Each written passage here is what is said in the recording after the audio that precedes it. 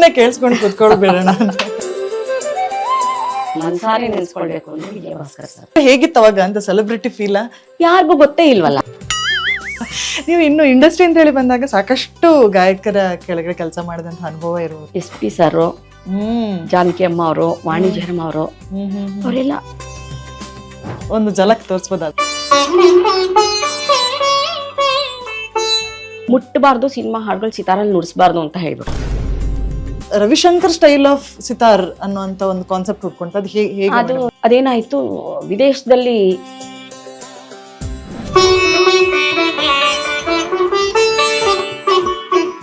ತಂತಿ ಆಟ ಅಂತಾನೆ ಅನ್ಬೋದ ಏನೋ ಅದನ್ನ. ಎಲ್ಲಾ ರಾಗದಲ್ಲೂ ಶೃಂಗಾರ ಇರಲ್ಲ, ಎಲ್ಲಾದ್ರಲ್ಲೂ ನಿಮ್ಗೆ ಭಕ್ತಿ ಭಾವ ಬರಲ್ಲ. ವೈಜ್ಞಾನಿಕವಾಗಿ ಯಾವ್ದಾದ್ರು ರೀತಿಯಲ್ಲಿ ಇದು ಸಿತಾರ್ ಅನ್ನುವಂಥದ್ದು ಕನೆಕ್ಟ್ ಆಗುತ್ತಾ? ಸಂಗೀತ ನುಡಿಸಿ ತೋಟಗಳಲ್ಲಿ ಒಳ್ಳೊಳ್ಳೆ ಬೆಳೆ ಬೆಳೆದಿದ್ದಾರೆ. AI ಎಲ್ಲ ಬಂದ್ಮೇಲೆ ಅದು ನಿಮ್ಗೆ ಗೊತ್ತೇ ಆಗಲ್ಲ ಇದಲ್ಲ ಅಂತ.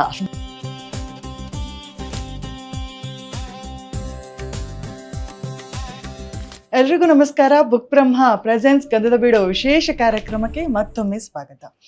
ಈ ಸಪ್ತ ಸ್ವರಗಳು ಏನಿದೆ, ಇದನ್ನ ಹಾಡಿನ ಮೂಲಕ ಕೇಳುವಾಗ ಆಗುವಂತ ಅನುಭವ ಹೇಗೆಯೋ ಅದೇ ರೀತಿ ತಂತಿಗಳಲ್ಲಿ ನುಡಿಸಿದಾಗ ಬರುವಂತ ಆನಂದ ಇದೆಯಲ್ಲ, ಅದು ಅದ್ಭುತ ಅಂತಾನೆ ಅನ್ಬೋದು. ಈ ಒಂದು ಅನುಭವವನ್ನ ನೇರವಾಗಿ ಅನುಭವಿಸಕ್ಕೆ ನಾನು ಇವತ್ತು ತುಂಬಾ ಉತ್ಸುಕತೆಯಿಂದ ಕೂತಿದ್ದೀನಿ ಅಂತಾನೆ ಹೇಳ್ಬೋದು. ಯಾಕಂದ್ರೆ ಇವತ್ತು ನಮ್ಮ ಜೊತೆಗೆ ಹಿರಿಯ ಸಿತಾರ್ ವಾದಕರು, ಅನುಭವಿ ಕಲಾವಿದೆ ವಿದುಷಿ ಸುಮಾ ರಾಣಿಯವರಿದ್ದಾರೆ. ಮೇಡಮ್ ನಮಸ್ಕಾರ. ನಮಸ್ಕಾರ. ಕಾರ್ಯಕ್ರಮಕ್ಕೆ ಪ್ರೀತಿಯ ಸ್ವಾಗತ. ಹೇಗಿದ್ದೀರಾ? ನಾನು ಆರಾಮಾಗಿದ್ದೀನಿ. ನಿಮ್ಮ ಹೆಸರಿನ ಜೊತೆಗೆ ಯಾರಲ್ಲೇ ಕೇಳಿದ್ರು ಕೂಡ ಸಿತಾರ್ ಸುಮಾರಾಣಿ ಅಂತಾನೆ ಕರೀತಾರೆ. ಈ ಸಿತಾರ್ ಅನ್ನುವಂಥದ್ದನ್ನ ನಿಮ್ಮ ಹೆಸರಿನ ಜೊತೆಗೆ ತಳುಕು ಹಾಕೋದಿದೆಯಲ್ಲ, ಅದಕ್ಕೆ ನಿಮ್ಮ ಪೂರ್ಣ ಶ್ರಮ, ಸಾಧನೆ, ತಪಸ್ಸು ಇದೆಲ್ಲ ಕೂಡ ಇದೆ. ಸೊ ಈ ಸಿತಾರ್ ವಾದ್ಯ ಅನ್ನುವಂಥದ್ದು ನಿಮ್ಮ ಜೀವನದಲ್ಲಿ ಎಂಥ ಇಂಪಾರ್ಟೆಂಟ್ ರೋಲ್ ಪ್ಲೇ ಮಾಡುತ್ತೆ? ನನ್ಗೆ ಗೊತ್ತಿಲ್ಲದೇನೆ ಅದು ನನ್ನ ಜೀವನದಲ್ಲಿ ಹಾಸುಹೊಕ್ಕಾಗಿ, ಅಂದ್ರೆ ನಾನು ತುಂಬಾ ಆಸೆ ಪಟ್ಟು ಸಿತಾರ್ ಕಲ್ತಿದ್ದು. ಆದ್ರೆ ನನಗೆ ಬಂದಿರೋ ಅವಕಾಶ ಎಲ್ಲ ನನ್ನ ಕನಸಿನಲ್ಲೂ ಎಣಿಸದೇ ಇರೋಂಥ ಅವಕಾಶಗಳು. ಅಂದ್ರೆ ಯಾರಿಗೂ ಸಿಕ್ಕಲ್ಲ ಈ ತರ ಅವಕಾಶ, ಬೇರೆ ಯಾರಿಗೂ ಸಿಕ್ಕಲ್ಲ. ಆ ತರ ಅವಕಾಶಗಳು ನನಗೆ ದಾರಿ ಉದ್ದಕ್ಕೂ ಸಿಗ್ತಾ ಹೋಯ್ತು. ಮತ್ತೆ ಅವಕಾಶ ಸಿಕ್ಕದಂಗೂ ನಾವು ಅದಕ್ಕೂ ಶ್ರಮ ಪಡ್ಲೇಬೇಕು. ಇನ್ನೊಂದು, ಇವಾಗ ಹಿಂತಿರುಗಿ ನೋಡಿದಾಗ ಇಷ್ಟೊಂದು ಕಷ್ಟ ಇತ್ತ ನಮಗೆ, ತಪಸ್ಸೆ ಅಂತ. ಯಾಕೆಂದ್ರೆ ಇತ್ತೀಚೆಗೆ ಬರ್ತಾ ಇರೋ ಕಲಾವಿದರಿಗೆ ಅದು ಯಾವುದೂ ಇಲ್ಲ. ನಾವು ಪಟ್ಟಿರೋದು ಯಾವುದು ಥರನೂ ಕಷ್ಟ ಇಲ್ಲ. ಸರಿ ಹೋಗಿಲ್ಲ ಅಂದರೆ ತಕ್ಷಣ ನುಡಿಸ್ಬೋದು, ತಕ್ಷಣ ಏನೋ ರಿಪೇರಿ ಮಾಡ್ಬೋದು.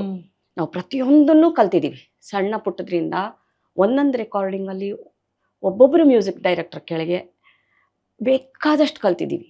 ಇದಕ್ಕೆ ಸಂಬಂಧಪಟ್ಟಂಗೆ, ರೆಕಾರ್ಡಿಂಗ್ ಸಂಬಂಧಪಟ್ಟಂಗೆ. ಬೇರೆ ಎಲ್ಲ ಕ್ಷೇತ್ರಗಳಿಗಿಂತ ಇದು ಖಂಡಿತವಾಗ್ಲೂ ಬೇರೆ. ಸಂಗೀತ ಆದ್ರೂ ಇದು ಖಂಡಿತವಾಗ್ಲೂ ಬೇರೆ. ಇದಕ್ಕೆ ತುಂಬ ತಾಳ್ಮೆ ಅಗತ್ಯ ಇದೆ. ಆಮೇಲೆ ಇನ್ನೊಂದೇನು ಅಂತಂದರೆ, ಒಂದೊಂದ್ಸರಿ ಬರೀ BGMs ನೋಡಿಸ್ಬೇಕು. BGMs ಅಂದರೆ ಮಧ್ಯದ ಸಂಗೀತ. ಎಲ್ಲ ವಿದ್ವಾನ್ಗಳು ಬಂದು ಅಷ್ಟೇ ನುಡ್ಸಕ್ಕೆ ಇಷ್ಟ ಆಗಲ್ಲ, ಅಷ್ಟೇನೆ ನುಡಿಸ್ಬೇಕು. ಆಮೇಲೆ ಅವ್ರು ಹೇಳ್ದಂಗೆ ಕೇಳ್ಬೇಕು. ಇದು ಹಿಂಗೆ ಬರಬಾರ್ದು, ಈ ಥರ ಬರ್ಬೇಕು ಈ ರಾಗದಲ್ಲಿ ಅಂದರೆ ಮ್ಯೂಸಿಕ್ ಡೈರೆಕ್ಟರ್ದು ಥಾಟ್ ಏನೋ ಇರುತ್ತೆ ಬೇರೆ, ಹಂಗೆ ಬರಬೇಕು ಅಂತ. ನಾವು ಅವ್ರು ಏನ್ ಹೇಳ್ತಾರ ಅದನ್ನ ನಾವು ನೋಡಿಸ್ಬೇಕು. ಅದು ಎಲ್ಲದಕ್ಕೂ ಅಡ್ಜಸ್ಟ್ ಆಗ್ಬೇಕು. ಆ ಥರ ಅವ್ರು ಏನ್ ಸ್ವರ ಹೇಳಿದ್ದಾರೆ, ಅವ್ರಿಗೆ ಯಾವ ಥರ ಬೇಕು ಆ ಥರ ನುಡಿಸ್ತಾ ಹೋಗ್ಬೇಕು. ಈ ಥರದ್ದೆಲ್ಲ ನಮ್ಗೆ ಅವಾಗ ಸಿಕ್ತು. ಅವಾಗಿಂದು ಎಕ್ಸ್ಪೀರಿಯನ್ಸ್ ಅಲ್ಲಿ ಆವಾಗ ತುಂಬಾ ಕಲ್ತ್ವಿ ನಾವು. ಸೊ ನಿಮ್ಮ ಪ್ರಾಯೋಗಿಕ ಅನುಭವಗಳು ಆಗ್ಲಿಕ್ಕೆ ಶುರುವಾದಂತಹ ಸಮಯದಲ್ಲಿ ನೀವು ಮಾಡಿರುವಂತಹ ಏನು ಇಂಟ್ರೆಸ್ಟಿಂಗ್ ಸಂಗತಿಗಳು ಯಾವ್ದಾದ್ರು ನೆನಪಿಗೆ ಬರುತ್ತಾ? ಅಂದ್ರೆ ಈಗ ಚಲನಚಿತ್ರಗಳಿಗೆ ಆಗಿರ್ಬೋದು, ಅವಕಾಶ ಆರಿಸ್ಕೊಂಡು ಬರ್ಲಿಕ್ಕೆ ನೀವು ಏನೋ ಒಂದು ಸಾಧನೆ ಮಾಡಿರುವಂಥದ್ದು, ಅಥವಾ ಏನೋ ಒಂದು ಆ ಸ್ಪಾರ್ಕ್ ನೆನಪಿಗೆ ಬರುತ್ತಾ ಅಂತ ಹೇಳಿ? ಅಂದ್ರೆ ಅವಾಗ ನಾವು ಬರುವಾಗ ಎಲ್ಲ ಮಡ್ರಾಸ್ನಲ್ಲಿ ನಡೀತಾ ಇತ್ತು ರೆಕಾರ್ಡಿಂಗ್ಸ್ ಎಲ್ಲ. ಇಲ್ಲೇ ನಡೆಸ್ಬೇಕು ಅಂತ ಡಿಸೈಡ್ ಮಾಡಿದ್ದ ಟೈಮ್ ಅದು. ಅವಾಗ ನಾನು ಇನ್ನ ಸ್ಟೂಡೆಂಟು, ಇಲ್ಲಿ ಕಲಾವಿದ್ರನ್ನೇ ಬಳಸ್ಕೊಳ್ಬೇಕು ಅಂತ. ಹಾಗಾಗಿ ಇಲ್ಲಿ ಕಲಾವಿದ್ರನ್ನೇ ನನ್ನನ್ನು ಮೈಸೂರಿಂದ ಕರ್ಸೋರು ಇಲ್ಲಿ ಬೆಂಗಳೂರಿಗೆ. ಅದರಲ್ಲಿ ನಾನು ತುಂಬಾ ಮೊದಲನೇದಾಗಿ ನೆನ್ಸ್ಕೊಳ್ಬೇಕು, ಮನ್ಸಾರೆ ನೆನ್ಸ್ಕೊಳ್ಬೇಕು ಅಂದ್ರೆ ವಿಜಯ ಭಾಸ್ಕರ್ ಸರ್. ಅವರೊಂದು ಅಷ್ಟು ಜನ ಮ್ಯೂಸಿಷಿಯನ್ಸ್ ಬರೋರು, ವಯಲಿನಿಸ್, ಚೆಲ್ಲೋ, ಎಲ್ಲಿ ಚೆನ್ನೈಯಿಂದಾನೇ ಬರೋರು. ಆದರೆ ನನ್ನನ್ನು ಮೈಸೂರಿಂದ ಕರ್ಸೋರು. ನಾನು 1-2-3 ಜನ ಇಲ್ಲಿಯವ್ರು ಇರಲೇಬೇಕು ಅಂತ ಕರ್ಸೋರು. ಆಮೇಲೆ ನನಗೆ ಆ ಥರ ನನಗೆ ಗೊತ್ತಿರಂಗೆ ನನಗೇನು ಆ ಥರ ತುಂಬಾ ಏನು ಗೊತ್ತಿರ್ಲಿಲ್ಲ. ಅವ್ರು ಏನ್ ಹೇಳ್ತಾರೆ ಅದನ್ನ ಕೇಳ್ಕೊಂಡು ಯಥಾವತ್ತಾಗಿ ನುಡ್ಸೋದು ಅಷ್ಟೇ. ನುಡ್ಸೋದು. ಆದ್ರೆ ತುಂಬಾ ತಪ್ಪುಗಳು ಆಗೋದು ಎಷ್ಟೋ ಸರಿ. ಬಟ್ ಬೇಜಾರು ಮಾಡ್ಕೊಳ್ದೆ ಎನ್ಕರೇಜ್ ಮಾಡಿ ನಾನು ಬರಲೇಬೇಕು ರೆಕಾರ್ಡಿಂಗ್ಗೆ ಅನ್ನೋ ಥರ ಮಾಡಿದವರು ವಿಜಯಭಾಸ್ಕರ್ ಸರ್. Okay okay. ನೆನಪಿದೆಯಾ ನಿಮ್ಮ ಮೊದಲ ಏನು ಕಾನ್ಸರ್ಟ್ ಕೊಟ್ಟದ್ದಾಗಿರ್ಬೋದು, ಅಥವಾ ಮೊದಲ ಚಲನಚಿತ್ರಗಳಿಗೆ ನೀವು ನುಡಿಸಿದಂಥ ಗೀತೆ ಆಗಿರ್ಬೋದು, ನೆನಪಿಗೆ ಬರುತ್ತಮ್ಮ? ಬರುತ್ತೆ. ಯಾವುದು ಯಾವುದು? ನನ್ಗೆ ಇದ್ರಲ್ಲಿ ಮಾಧವ್ ಗುಡಿ ಅವ್ರದ್ದು ದಾಸರ ಪದ, ದಾಸ ವಾಣಿ, ಅದ್ರಲ್ಲಿ ಬಾರೆ ಭಾಗ್ಯದ ನಿಧಿಗೆ ಅಂತ ಅಂದ್ಬಿಟ್ಟು ಅದೇ ಫಸ್ಟ್ ಸಾಂಗ್. ಅದು ಫಸ್ಟ್ ಸಾಂಗ್. ಅದಕ್ ಮುಂಚೆ ಆಕಾಶವಾಣಿ ರೆಕಾರ್ಡಿಂಗ್ಸ್ ಎಲ್ಲ ತುಂಬಾ ಮೈಸೂರಲ್ಲಿ ಆಗ್ತಾ ಇತ್ತು. ಬಟ್ ಈ ಕ್ಯಾಸೆಟ್ ರೆಕಾರ್ಡಿಂಗ್ ಅಂತ ಕಮರ್ಷಿಯಲ್ ಅದಾದಾಗ ಅದು ಇಡೀ ದಿನ ರಾತ್ರಿ 12:30 1 ಗಂಟೆವರೆಗೂ ನಡೀತು. ನಡೆದು ಒಂದೇ ಒಂದು ಸಾಂಗು, ಒಟ್ಟು 8 ಸಾಂಗ್ ಮಾಡ್ಬೇಕಿತ್ತು. ಒಂದೇ ಸಾಂಗ್ ಇಡೀ ದಿನ ರಾತ್ರಿ ಆಯ್ತು. ಆಯ್ತು ಓಕೆ ಅಂತ ಅದ್ ಮುಗಿಸಿ ಕಳ್ಸಿದ್ರು. ನೆಕ್ಸ್ಟ್ ಡೇ ಬರ್ಬೇಕು, ಮಿಕ್ಕಿದ 7 ಸಾಂಗ್ ತಗೊಂಡ್ಬಿಡ್ಬೇಕು ಅಂತ. ಬಂದು ಪ್ಲೇ ಮಾಡಿದ ತಕ್ಷಣ ಅವ್ರು ಕೇಳಿದ ತಕ್ಷಣ ಯಾಕೋ ಇಷ್ಟ ಆಗ್ಲಿಲ್ಲ. ಇನ್ನೊಂದ್ಸರಿ ತಗೊಳ್ಳಿ ಅಂತ ಹೇಳಿ ಮತ್ತೆ ಅದು ತಗೊಂಡು ಮಿಕ್ಕಿದ 7 ಸಾಂಗ್ ತಗೊಂಡ್ರು. ಒಂದು ಝಲಕ್ ತೋರಿಸ್ಬೋದು ಅದ್ರದ್ದು? ಅದು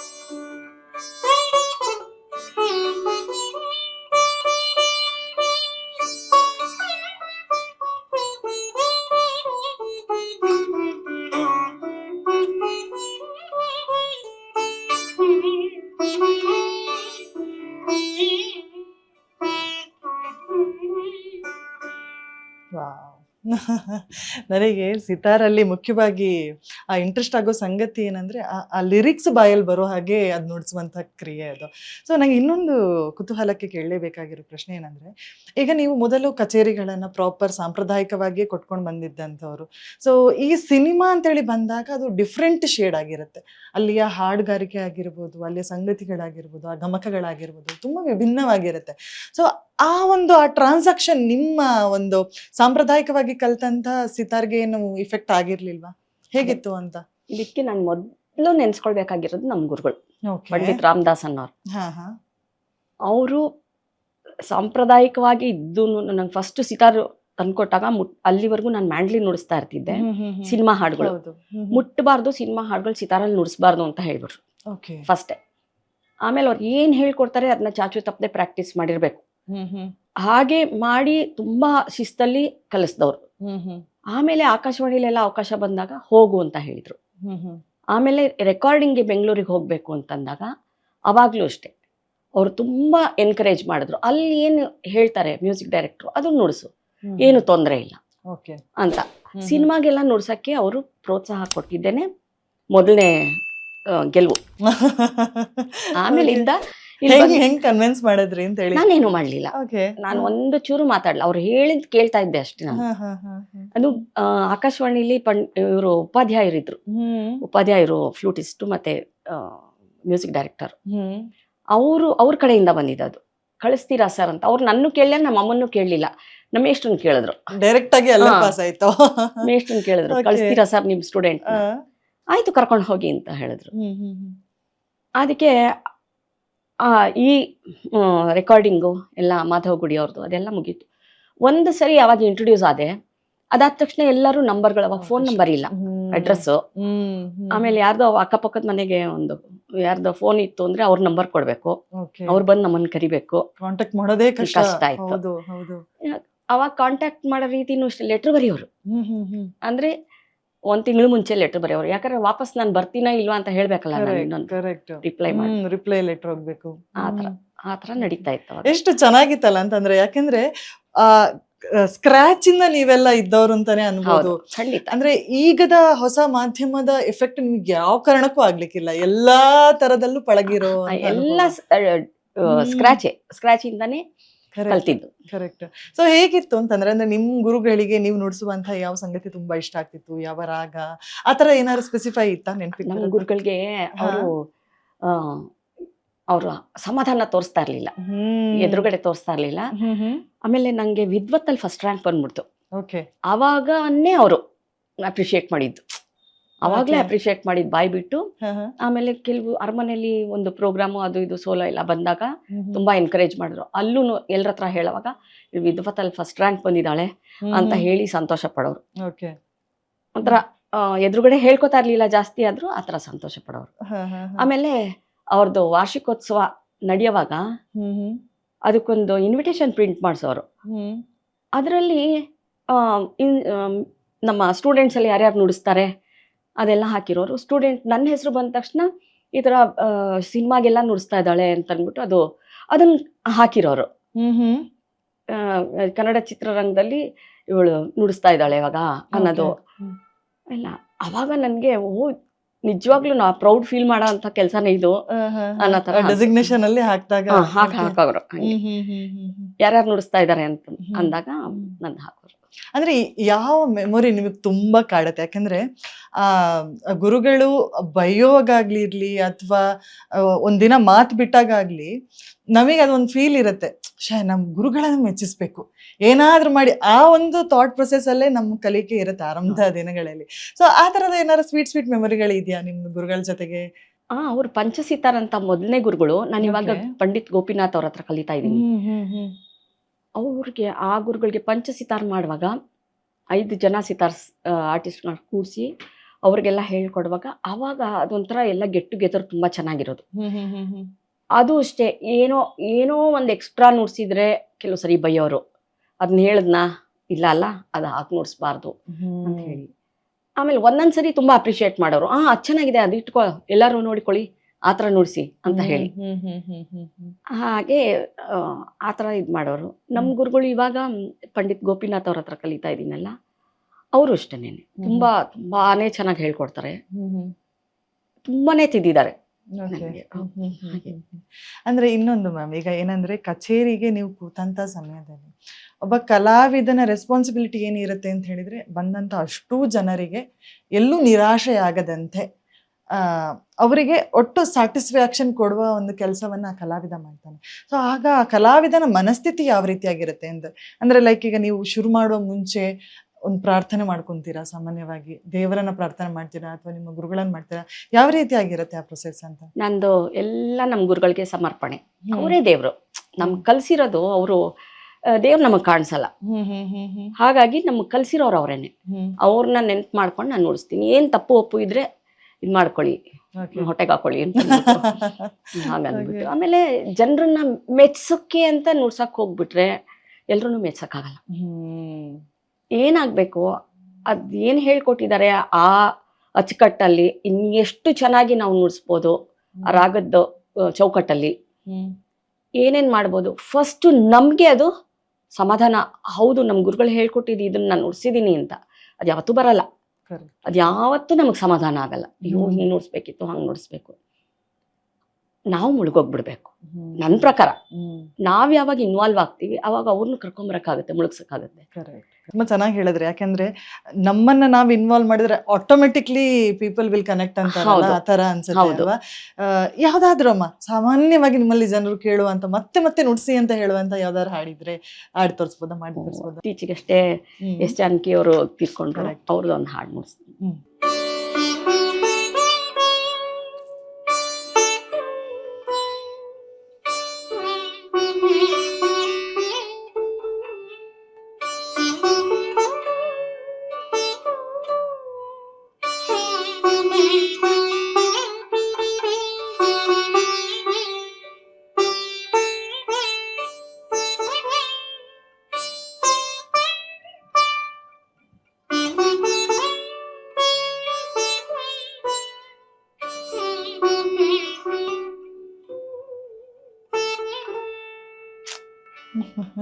ಜಾನಕಿ ಅಮ್ಮಂದು ಯಾವ ಹಾಡು ತುಂಬಾ ಇಷ್ಟ ಆಗುತ್ತೆ ಅಮ್ಮ ನಿಮಗೆ? ನುಡಿಸ್ಲಿಕ್ಕೆ ಆಗಿರ್ಬೋದು, ಕೇಳಲಿಕ್ಕೆ ಆಗಿರ್ಬೋದು.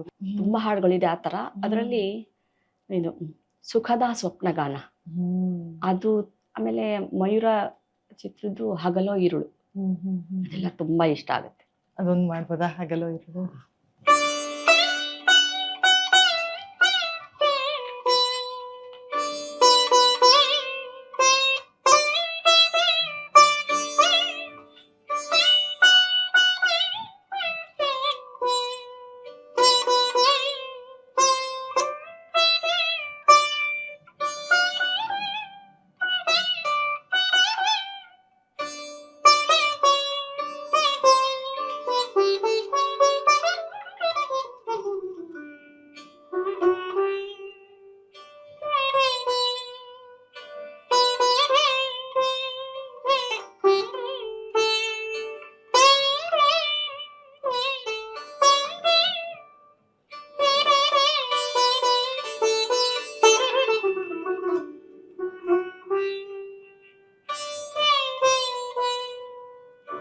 ಮಾತೆ ಬೇಡ ಅನ್ಸ್ತಿದೆ ನನಗೆ, ಸುಮ್ಮನೆ ಕೇಳಿಸ್ಕೊಂಡು ಕುತ್ಕೊಳ್ಬೇಡೋಣ ಅಂತ. ನೀವು ಇನ್ನು ಇಂಡಸ್ಟ್ರಿ ಅಂತ ಹೇಳಿ ಬಂದಾಗ ಸಾಕಷ್ಟು ಗಾಯಕರ ಕೆಳಗಡೆ ಕೆಲಸ ಮಾಡಿದಂಥ ಅನುಭವ ಇರೋರು ನಿಮಗೆ. ಸೊ ಈಗಲೂ ಇಂಥದ್ದು ಒಂದು ನೆನಪು ನನಗೆ ಕಾಡ್ತಾ ಇದೆ ಅಂತ ಒಂದು ಅನುಭವ ನಿಮ್ಗೆ ಆಗಿರೋದು ಯಾವ್ದಾದ್ರು ನೆನಪು ಮಾಡ್ಕೋದು? ಖಂಡಿತ ತುಂಬಾ. ಅವಾಗ ಏನಂದ್ರೆ ನಾ ಫಸ್ಟ್ ಬಂದಾಗ ಈ ಟ್ರ್ಯಾಕ್ ಸಿಸ್ಟಮ್ ಎಲ್ಲ ಇಲ್ಲ, ಲೈವ್ ಅಲ್ಲಿ ಎಲ್ಲರೂ ಅಷ್ಟು ಜನ, ಅದೆಷ್ಟು ಅವಾಗೆಲ್ಲ ತುಂಬಾ ಇನ್ಸ್ಟ್ರೂಮೆಂಟ್ಸ್ ಯೂಸ್ ಮಾಡೋರು. ಹೌದು. ಏನಿಲ್ಲ ಅಂದ್ರೂ 40 ಜನ ಇರೋರು ಇನ್ಸ್ಟ್ರೂಮೆಂಟ್ಲಿಸ್ಟ್. ವೈಲಿನ್ಸೇ ಒಂದು 30 ಜನ ಇರೋರು. ಮಿಕ್ಕಿದ್ದು ಕೀಬೋರ್ಡ್ ಆಗ್ಲಿ, ಚೆಲ್ಲೋ, ಡಬಲ್ ಬೇಸು, ಗಿಟಾರು, ರಿದಮ್ ಸೆಕ್ಷನ್ ಅಲ್ಲಿ ಒಂದು 5-6 ಜನ ಇದ್ದೇ ಇರೋರು ಮಿನಿಮಮ್. ಸಿತಾರು, ಫ್ಲೂಟು, ಆಮೇಲೆ ಸಿಂಗರ್ಸ್, ಕೋರಸ್ ಇರೋದು ಒಂದು 10 ಜನ ಕೋರಸ್ ಇರೋರು. ಹೌದು. ದೊಡ್ಡ ಸ್ಟುಡಿಯೋಗಳು ಅವಾಗ ಕಟ್ಟಿದ್ದಿತ್ತು ಎಲ್ಲ. ಅಷ್ಟು ಸ್ಟುಡಿಯೋನಲ್ಲಿ ಫಸ್ಟ್ ಮುಹೂರ್ತಕ್ಕೆ ಒಂದ್ ಸಾಂಗ್ ಮಾಡ್ಬೇಕು, ಒಳ್ಳೆ ಮದ್ವೆಗೆ ಅಲಂಕಾರ ಮಾಡ್ದಂಗೆ ಇರೋದು, ಅಷ್ಟು ಚೆನ್ನಾಗಿರೋದು. ಮನೆ ತುಂಬಾ ಜನ ಇದ್ದ ಹಾಗೆ, ಎಲ್ಲ ಇನ್ಸ್ಟ್ರೂಮೆಂಟ್ಲಿಸ್ಟ್. ಆ ಸಾಂಗು ಅಲ್ಲೇ ಹೇಳ್ಕೊಡೋರು. SP ಸರ್, ಜಾನಕಿ ಅಮ್ಮ ಅವರು, ವಾಣಿ ಜಯರಾಮ್ ಅವರು, ಅವರೆಲ್ಲ ಅಲ್ಲೇ ಕೂತ್ಕೊಂಡು ಕಲಿಯೋರು. ನನ್ಗೆ ತುಂಬಾ ಅದೆಲ್ಲ ನಾನು ನೋಡಿದ್ದೀನಿ. ಅವ್ರಿಗೆ ಹೆಂಗೆ ಅವಾಗ ಬಂದಿರೋರು, ಅವಾಗ ಲಿರಿಕ್ಸ್ ಬರ್ಕೊಂಡಿರೋರು, ಇವರು ಹೇಳ್ಕೊಟ್ಟಿದ್ನ ಅಲ್ಲಿ ಕಲ್ತ್ಕೊಂಡು ಅವ್ರು ಹಾಡ್ಕೊಂಡು ಅದಕ್ಕೆಲ್ಲ ಏನೇನು ಎಲ್ಲಾನು ಮ್ಯೂಸಿಕ್ ಡೈರೆಕ್ಟರ್ ಹೇಳೋರು. ಇಲ್ಲಿ ಹಸ್ಕಿ ಬರ್ಬೇಕು, ಇಲ್ಲಿ ಈ ತರ ಬರ್ಬೇಕು, ಇಲ್ಲ ಸ್ವಲ್ಪ ಫೀಲ್ ಬರ್ಬೇಕು, ಇದೆಲ್ಲ ಹೇಳೋರು. ಅದನ್ನೆಲ್ಲ ನೋಟ್ ಮಾಡ್ಕೊಂಡು ಹಂಗೆ ಪ್ರಾಕ್ಟೀಸ್ ಮಾಡ್ಕೊಂಡು ಹಂಗೆ ಹೇಳ್ಸವ್ರಪ್ಪ ಇನ್ಸ್ಟೆಂಟ್ ಆಗಿ. ಆತರ ನಾನು ನೋಡೇ ಇಲ್ಲ ಅಂತೀನಲ್ಲ. ಅಂದ್ರೆ ಎಲ್ಲ ನೋಟ್ ಮಾಡ್ಕೊಂಡಿರೋರು, ಅವ್ರಿಗೆ ಅಷ್ಟೊಂದು ಅನುಭವ. ಹೋಗಿ ಟಕ್ ಅಂತ ಹಾಡೋರು. ಏನೋ ಒಂದು ಎಲ್ಲಾರ್ಗು ಎಲ್ಲಾನು ಗೊತ್ತಿರ್ತಾ ಇತ್ತು ಮ್ಯೂಸಿಕ್. ಒಬ್ರು ಹಾಡ್ತಾ ಏನೋ ನಮ್ದೇನೋ ಮಿಸ್ಟೇಕ್ ಆಯ್ತು ಅಂದ್ರೆ ತಕ್ಷಣ ನಮ್ಮನ್ನ ನೋಡೋರು. ಅಂದ್ರೆ ಅವ್ರಿಗೆ ಎಲ್ಲಿ ಏನ್ ಬರ್ಬೇಕು ಅನ್ನೋದು ಗೊತ್ತಿರುತ್ತೆ. ಆತರ ಅನುಭವ ಮತ್ತೆ ಯಾರಿಗೂ ಸಿಕ್ಕಲ್ಲ. ಲೈವ್ ರೆಕಾರ್ಡಿಂಗ್ ಅನುಭವ ತುಂಬಾ ಚೆನ್ನಾಗಿ. ಈಗ ನೀವು ಮಾತಾಡ್ತಾ SPB ಸರ್ ಹೇಳಿದ್ರು, ಸುಮಾರು ಜನರ ಮಾತಿನೆಲ್ಲ ನಾನು ಕೇಳ್ತೀನಿ. ಪ್ರತಿಯೊಬ್ಬ ಸಂಗೀತ ಗಾಯಕ ಆಗಿರ್ಬೋದು, ಇನ್ಸ್ಟ್ರೂಮೆಂಟಲಿಸ್ಟ್ ಆಗಿರ್ಬೋದು, ಪ್ರತಿಯೊಬ್ರು ಅವ್ರ ಹೆಸರನ್ನ ಒಂದು ನೆನಪು ಮಾಡ್ಕೊಂಡೇ ಮಾಡ್ತಾರೆ. ಯಾಕಂದ್ರೆ ಅವ್ರದ್ದು ಆ ರೆಕಾರ್ಡಿಂಗ್ ಸಿಸ್ಟಮ್ ಇದೆಯಲ್ಲ, ಅದು ಅದ್ಭುತವಾಗಿತ್ತಂತೆ. ಆ ಒಂದು ನೋಟ್ಬುಕ್ ಅಲ್ಲಿ ಬರ್ಕೊಡೋ ರೀತಿ ಆಗಿರೋದು, ಕೈಯಲ್ಲೇ ಬರೀತಿದ್ರಂತೆ. ಸೊ ಅವರ ಯಾವ ಹಾಡಮ್ಮ ತುಂಬಾ ಇಷ್ಟ ಆಗುತ್ತೆ, ಯಾವ್ದು ನುಡ್ಸಕ್ ತುಂಬಾ ಇಷ್ಟ ಆಗುತ್ತೆ?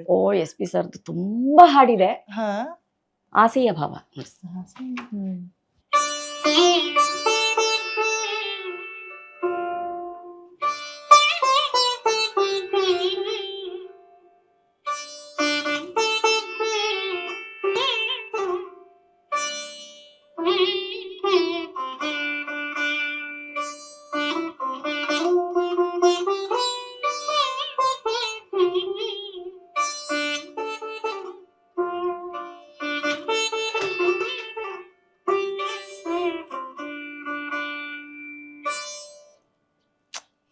ನಾನು ಅವಾಗ್ಲೇ ಹೇಳ್ದಂಗೆ ಯಾಕೆ ನಿಲ್ಸ್ಬಿಟ್ರು ಅಂತ ಅನಿಸ್ತಾ ಇದೆ, ಮುಂದೆ ನುಡಿಸ್ಬೇಕು ಅಂತ ಅನಿಸ್ತಾ ಇದೆ. ಮೇಡಮ್, ಇನ್ನೊಂದು ಕೇಳಬೇಕು. ಟೆಕ್ನಿಕಲ್ ಸಂಗತಿಯಲ್ಲಿ ಮಾತಾಡ್ತಾ ಹೋಗೋದಾದ್ರೆ, ಈ ಸಿತಾರಲ್ಲಿ ಬರುವಂತಹ ಧ್ವನಿ ಇದೆಯಲ್ಲ, ಅದು ತುಂಬಾ ಲಿರಿಕ್ಸ್ಗೆ ಹತ್ರ ಅಮ್ಮ. ನನಗೆ ಯಾಕಂದ್ರೆ ಅದು ಅದರಲ್ಲೇ ಒಂದು ಸಂಗತಿ ಇದೆಯಂತೆ, ಅದು ತುಂಬಾ ವೋಕಲಿಸ್ಟಿಕ್ ಆಗಿ ಗಾಯಕಿ ಸ್ಟೈಲ್ ಅಲ್ಲೇ ಇರುತ್ತೆ ಅಂತ ಹೇಳುವಂತದ್ದು. ಸೊ ಈ ಟೆಕ್ನಿಕಲ್ ಸಂಗತಿಗಳ ಬಗ್ಗೆ ಮಾತಾಡೋದಾದ್ರೆ, ಯಾಕೆಂತಂದ್ರೆ ಹಿಂದೆ ಸಿತಾರ್ ಅನ್ನುವಂಥದ್ದು 3 ತಂತಿಯ ವಾದ್ಯ ಅಂತ ಹೇಳ್ಕೊಂಡು ಗುರುತಿಸ್ಕೊಂಡಿತ್ತು. ನಂತರ ಬದಲಾಗ್ತಾ ಹೋದಂತ ಕ್ರಮ ಆಗಿರ್ಬೋದು. ಸೊ ಈ ಗಾಯಕಿ ಸ್ಟೈಲ್ ನುಡಿಸುವಂತ ಕ್ರಮದ ಬಗ್ಗೆ ಏನಾದ್ರು ಎಕ್ಸ್ಪ್ಲೈನ್ ಮಾಡ್ಬೋದಾ? ಹಾ, ಮೊದಲು ನೀವು ಹೇಳ್ದಂಗೆ ಕರೆಕ್ಟ್, ಪರ್ಷಿಯಾದಿಂದ ತಂದಿದ್ದು ಅಂತ 13ನೇ ಶತಮಾನಕ್ಕೆ ಸುಮಾರು. ಅವಾಗ ತುಂಬಾ ಚೇಂಜಸ್ ಆಯ್ತು. ಅಲ್ಲಿವರೆಗೂ ಇಂಡಿಯಾದಲ್ಲಿ ಇಂಡಿಯನ್ ಮ್ಯೂಸಿಕ್ ಅಷ್ಟೇ ಕರೆಕ್ಟ್ ಇದ್ದಿದ್ದು, ಭಾರತೀಯ ಸಂಗೀತ ಅಂತ ಇದ್ದಿದ್ದು. ಅದನ್ನ ನಾವೇನ್ ಹೇಳ್ತೀವಿ ಕರ್ನಾಟಿಕ್ ಮ್ಯೂಸಿಕ್ ಅಂತ, ಅದೇ ಇರ್ತಾ ಇದ್ದಿದ್ದು ಎಲ್ಲ. ಅದಾದ್ಮೇಲೆ ಇಲ್ಲೆಲ್ಲ ಪರ್ಷಿಯಾದಿಂದ ಜನಗಳೆಲ್ಲ ಬರಕ್ ಶುರು ಮಾಡಿದ್ರಲ್ಲ, ಅವಾಗ ಅಲ್ಲಿಂದನೂ ಕೆಲವೆಲ್ಲ ಅವ್ರ ಸಂಸ್ಕೃತಿ ಎಲ್ಲ ತಗೊಂಡ್ ಬಂದ್ರು. ಅದರಲ್ಲಿ ಅಲ್ಲಿ ಪರ್ಷಿಯನ್ ಇದ್ರಲ್ಲಿ 3 ತಂತಿ ವಾದ್ಯ ಇದೇ ತರ, ವೀಣೆಗೆ ಹೋಲ ತರ ಅದು 3 ತಂತಿ ವಾದ್ಯ ಸೆಹತಾರ್ ಅನ್ನೋರು. ಅದು ಸಹ ಅಂತ 3 ಅಂತೆ ಅವ್ರ ಭಾಷೆಯಲ್ಲಿ, ಸೆಹತಾರ್ ಅಂತ. ಅದನ್ನ ತಗೊಂಡ್ ಬಂದು ಇಲ್ಲಿ ವೀಣೆ ನೋಡಿ ಈ ತರ ಯಾಕೆ ಮಾಡಬಾರ್ದು, ಮಾಡಿಫೈ ಮಾಡಬಾರ್ದು ಅಂತ ಮಾಡಿಫೈ ಮಾಡಿ, ಸಿತಾರಲ್ಲೂ ಚಲ್ತಾಟ ಅಂತ ಇದೆ. ಏನಂದ್ರೆ ಇದು ನಮ್ಗೆ ಕೆಲವು ಫ್ರೆಟ್ಸ್ಗಳಿಲ್ಲ, ಈ ತರ. ಅದು ಒಂದು ಆಚಲ್ ಥಾಟಲ್ಲಿ ಫುಲ್ಲು ಎಲ್ಲಾನು ಫ್ರೆಟ್ಗಳಿರುತ್ತೆ ವೀಣೆಲಿ ಇದ್ದಂಗೆನೆ. ಆ ತರ ಸಿತಾರ ಅದನ್ನ ಬಳಸೋರು ತುಂಬಾ ಕಡಿಮೆ ಇವಾಗ. ಇದೇ ಸಿತಾರ. ಆಮೇಲೆ ಈ ಸಿತಾರ ಆಯ್ತು, ಗಂಧಾರ್ ಪಂಚಮ್. ಈಗ ಇದ್ರಲ್ಲಿ ಎಷ್ಟು ತಂತಿಗಳಿರುತ್ತೆ? ಇದರಲ್ಲಿ ಮೇಲ್ಗಡೆ 6 ತಂತಿ ಇರುತ್ತೆ, ಕೆಳಗಡೆ 11 ತಂತಿ.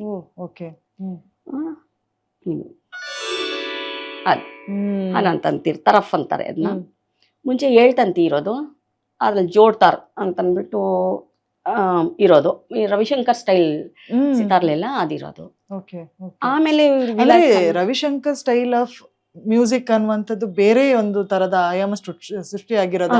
ಯಾಕೆಂತಂದ್ರೆ ಅಲ್ಲಿ ತನಕ ಸಿತಾರ್ ಅನ್ನುವಂಥದ್ದು ಪರ್ಷಿಯನ್ದಿಂದ ಬಂದಂತಹ ಒಂದು ವಾದ್ಯ ಆಗಿತ್ತು, 3 ತಂತಿಯ ವಾದ್ಯ ಆಗಿತ್ತು ಅಂತ ಕೇಳ್ಪಟ್ಟೆ. ಅನಂತರ ರವಿಶಂಕರ್ ಸ್ಟೈಲ್ ಆಫ್ ಸಿತಾರ್ ಅನ್ನುವಂತ ಒಂದು ಕಾನ್ಸೆಪ್ಟ್ ಹುಡ್ಕೊಂತ ಅದು ಏನಂದ್ರೆ, ಅದಕ್ಕೆ ಮುಂಚೆ ತುಂಬಾ ವಿದ್ವಾಂಸರುಗಳು ಇದ್ರ ಮೇಲೆ ವರ್ಕ್ ಮಾಡಿದ್ದಾರೆ. ಸಿತಾರ್ನ ಒಂದು ವೀಣೆ ನಮ್ಮಲ್ಲೇನು ಅಂದ್ರೆ ತಂತಿ ವಾದ್ಯ, ಏನೇ ತಂತಿ ವಾದ್ಯ ಇರಲಿ ಅದು ವೀಣೆ, ಅದು ವೀಣೆ. ಇದು ನಿಮ್ಗೆ ಗಿಟಾರ್, ವೈಲಿನ್ ತಗೊಂಡ್ರೆ ವೈಲಿನ್ಗೂ ವೀಣೆ ಅಂತಾರೆ. ಧನುರ್ ವೀಣೆ ತಂತಿ ಇರುತ್ತಲ್ಲ, ಧನು, ಇದು ಬೋ ಉಪಯೋಗಿಸೋದ್ರಿಂದ ಧನುರ್ ವೀಣೆ. ಆಮೇಲೆ ಸಂತೂರ್, ಅಷ್ಟು 100 ತಂತಿ ಇರುತ್ತೆ ಅದ್ರಲ್ಲಿ, ಶತತಂತ್ರಿ ವೀಣಾ ಅಂತಾರೆ ಅದಕ್ಕೆ. ಹಾಗೆ ತಂತಿ ಇರೋದೆಲ್ಲ ವೀಣೆನೆ. ಸೊ ಇದು ವೀಣೆಗೆ ಹತ್ರ ಆಗಿ ವೀಣೆ ಸರಿಸಮನಾಗಿ ಮಾಡಕ್ಕೆ ಅವ್ರು ಮಾಡಿದ್ದು. ತುಂಬಾ ಕೆಲ್ಸಗಳಾಗಿದೆ, ಎಷ್ಟೋ ಬಂದು ಎಷ್ಟೋ ಜನರೇಷನ್ ಆದ್ಮೇಲೆ ಆಮೇಲೆ ಒಂದು ಲೆವೆಲ್ಗೆ ಬಂತು. ರವಿಶಂಕರು ಅದನ್ನ ಸ್ವಲ್ಪ ಮಾಡಿಫೈ ಮಾಡಿದ್ರು. ಪಂಡಿತ್ ರವಿಶಂಕರ್ ಬಂದ್ಮೇಲೆ ಅದೇನಾಯ್ತು, ವಿದೇಶದಲ್ಲಿ ಅವರು ಇಂಡಿಯನ್ ಮ್ಯೂಸಿಕ್ನ ತುಂಬಾ ಚೆನ್ನಾಗಿ ಪ್ರಚಾರ ಮಾಡಿದ್ರು. ಎಲ್ರು ಸಿತಾರ್ ಅಂದ ತಕ್ಷಣ ರವಿಶಂಕರ್ ಅನ್ನೋರು. ಹಾಗೆ ಆ ತರ ಆಗೋಯ್ತು. ಅಂದ್ರೆ ಹೌದು. ಇಲ್ಲಿನೂ ತುಂಬಾ ಜನ ವಿದ್ವಾಂಸರುಗಳು, ಅಂದ್ರೆ ಇದನ್ನ ಕಾಪಾಡ್ಕೊಂಡು, ಸಂಪ್ರದಾಯನ ಕಾಪಾಡ್ಕೊಂಡು ಬಂದವರು ತುಂಬಾ ಜನ. ಅವರು ಸ್ವಲ್ಪ ಚೇಂಜಸ್ ಮಾಡಿದ್ರು, ತಂತಿಗಳಿದ್ದು ಎಲ್ಲ ಚೇಂಜಸ್ ಮಾಡಿ. ಇವಾಗ್ಲೂ ಕೇಳ್ತಾರೆ, ಆ ತರ ಸಿತಾರ್ ಬೇಕಾ, ಈ ತರ ಸಿತಾರ್ ಬೇಕಾ ಅಂತ. ಗಂಧಾರ್ ಪಂಚಮ್ ಬೇಕಾ, ಇದು ಪಂಚಮ್ ಬೇಕಾ? ಈಗ ಇದಕ್ಕೆ ಪಂಚಮ್, ಗಂಧಾರ್ ಪಂಚಮ್ ಅಂತ. ಗಂಧಾರ್ ಪಂಚಮ್. ಓಕೆ. ಅಂದ್ರೆ ವೀಣೆ ತರ 2 ತಲೆ ಇರುವಂತದ್ದು ಇರುತ್ತೆ. ಅದಕ್ಕೆ ಏನಂತಾರೆ ಮೇಡಮ್? ಏನಿಲ್ಲ, 2 ಇನ್ನೊಂದು ಇದಿರುತ್ತೆ ಫಿಟ್ಟಿಂಗ್ ಅಷ್ಟೇನೆ, ಇನ್ನೇನಿಲ್ಲ. ಆದ್ರೆ ಕೆಳಗಡೆ ನಾವ್ ಇಟ್ಕೊಳ್ಳಲ್ಲ, ಮೇಲ್ಗಡೆ ಹಿಂಗ್ ಇಟ್ಕೊಳ್ತೀವಿ. ಈಸಿ ಟ್ರಾವೆಲಿಂಗ್ ಎಲ್ಲ ಈಸಿ ಆಗ್ಲಿ ಅಂತ ಇವಾಗ ತೆಗೆದು ಬಿಡ್ತಾ ಇದ್ದಾರೆ. ಗಾಯಕಿ ಶೈಲಿಯಲ್ಲಿ ನುಡಿಸ್ಲಿಕ್ಕೆ ತಂತಿ ಆಟ ಅಂತಾನೆ ಅನ್ಬೋದ ಏನೋ ಅದನ್ನ. ಸೊ ಅದರ ಒಂದು ಜಲಕ್ ನಂಗೆ ಏನಾದ್ರು ಎಕ್ಸಾಂಪಲ್ ಅಂದ್ರೆ ಹೇಳ್ತೀವಿ. ತಂತ್ರಕಾರಿ ಗಾಯಕಿ ಅಂತ. ತಂತ್ರಕಾರಿ ಅಂದ್ರೆ ಇದ್ರಲ್ಲಿ ನಮ್ಗೆ ಏನೇನ್ ಟೆಕ್ನಿಕ್ಸ್ ಎಲ್ಲ ಇರುತ್ತೆ, ಅದೆಲ್ಲ ಮಾಡೋದು ತಂತ್ರಕಾರಿ.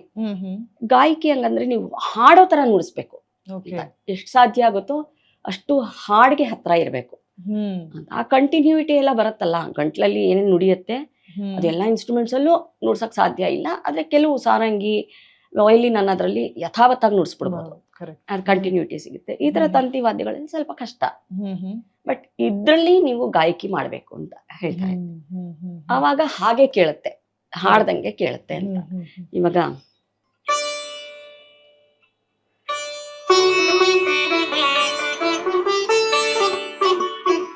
ಇದೆಲ್ಲ ನಮ್ದು ಟೆಕ್ನಿಕ್ಸ್ ಎಲ್ಲ ತೋರಿಸ್ಕೊಂಡು ಮಾಡೋ ಅಂಥದ್ದು.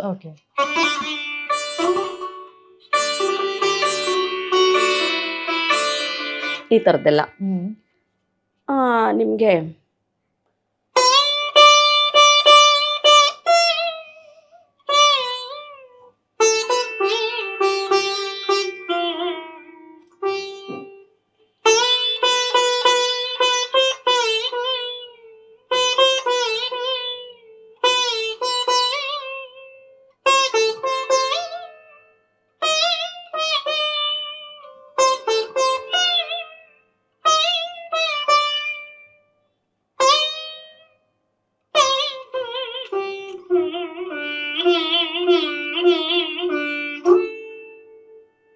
ಅಲ್ಲಿ ಒಂದು ತಂತಿಯನ್ನು ನೀವು ಎಳೆದು ಬಿಡ್ತಾ ಇದ್ದೀರಾ. ಹೌದು. ಅಂದ್ರೆ ಈ ತಂತಿಗಳಲ್ಲಿ ಯಾವ ಯಾವ ಭಾವಕ್ಕೆ, ಯಾವ ಯಾವ ಲಯಕ್ಕೆ, ಯಾವ ತಂತಿ ಅಂತ ಏನಾದ್ರು ಇದೆಯಾ, ಯಾವ ತರ ಅಂತ? ಈಗ ಸಾಮಾನ್ಯ ದುಃಖ ಅಂತಂದಾಗ ನಾವು ಲೋವರ್ ಸ್ಟ್ರಿಂಗ್ಸ್ ಎಲ್ಲ ತಗೊಳ್ಳೋದು.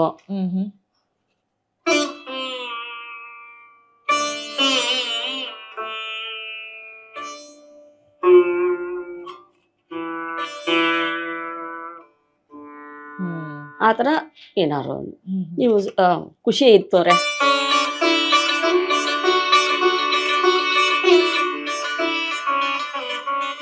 ಈ ಥರ ಹಾಗೆ ತಂತಿಗಳನ್ನ ಬಳಸ್ಕೊಂಡು ಬೇರೆ ಬೇರೆ ಸಂದರ್ಭಕ್ಕೆ ಮಾಡ್ಬೋದು. ಇನ್ನೊಂದು, ಈ ಇತಿಹಾಸ ಕೇಳಿದಾಗ, ಈ ಸಿತಾರ್ ವಾದ್ಯದ ಇತಿಹಾಸವನ್ನು ನೋಡಿದಾಗ, ಈಗ ವೀಣೆ ಅಂತೇಳಿ ಬಂದಾಗ ಪುರಾಣ ಕಾಲಗಳಲ್ಲಿ ನಾರದ ಮಹರ್ಷಿಯ ಮಹತಿ ವೀಣೆ ಆಗಿರ್ಬೋದು, ಅಥವಾ ಶಿವ ನುಡಿಸಿದಂಥ ರುದ್ರ ವೀಣೆ ಆಗಿರ್ಬೋದು. ಸೊ ಈ ತರ ಸಾಕಷ್ಟು ಉಲ್ಲೇಖಗಳು ಬರುತ್ತೆ. ಆ ರೀತಿಯಾದಂತಹ ಯಾವ್ದಾದ್ರು ಒಂದು ಶೇಡ್ ಈ ಸಿತಾರ್ಗಿದ್ಯಾ? ಸಿತಾರ್ ಬಂದಿದೆ 13ನೇ ಸೆಂಚುರಿನಲ್ಲಿ. ಸಿತಾರ್ ಅಂತ ಮಾಡಿದ್ದು ವೀಣೆನೆ. ಎಲ್ಲದಕ್ಕೂ ನಮ್ಗೆ ಹಿಂದಿನ ಪುರಾಣ ಅಂದ್ರೆ ವೀಣೆನೆ ಆಗುತ್ತೆ. ವೀಣೆ ಏನೇನಿತ್ತು ಅದು ಸಿತಾರ್ನಲ್ಲಿ ಅಂತಂದ್ರೆ 13ನೇ ಶತಮಾನದಿಂದ ಈಚೆಗೆ ನೀವು ನೋಡ್ಬೇಕಷ್ಟೆ. ಅಂದ್ರೆ ಸಿತಾರ್ ನುಡಿಸ್ತಾ ಕೈಯೆಲ್ಲ ಕಟ್ ಮಾಡ್ಕೊಂಡು ರಕ್ತ ಬರ್ಸ್ಕೊಂಡು ಅದೆಲ್ಲ ಮಾಡಿ ತಪಸ್ ಮಾಡಿದವ್ರು ಇದಾರೆ. ತುಂಬಾ ಸಿದ್ಧಿ ಸಾಧಕರು ತುಂಬಾ ಜನ ಇದ್ದಾರೆ. ಇನ್ನೊಂದು ಮುಖ್ಯವಾಗಿ ಏನಂತಂದ್ರೆ, ಆಗ್ಲೇ ಹೇಳಿದ್ರಿ ನೀವೇನಂದ್ರೆ ಕೈ ನುಡ್ಸ್ಕೊಂಡು ನೋವಾಗಿರೋದಿದೆ, ಒಂಥರ ಫಿಸಿಕಲಿ ಇದಕ್ಕೆ ಏನಂತಂದ್ರೆ ತುಂಬಾ ಕನೆಕ್ಟ್ ಆಗಿರುವಂತ ಒಂದು ವಾದ್ಯ ಅನ್ಬೋದು.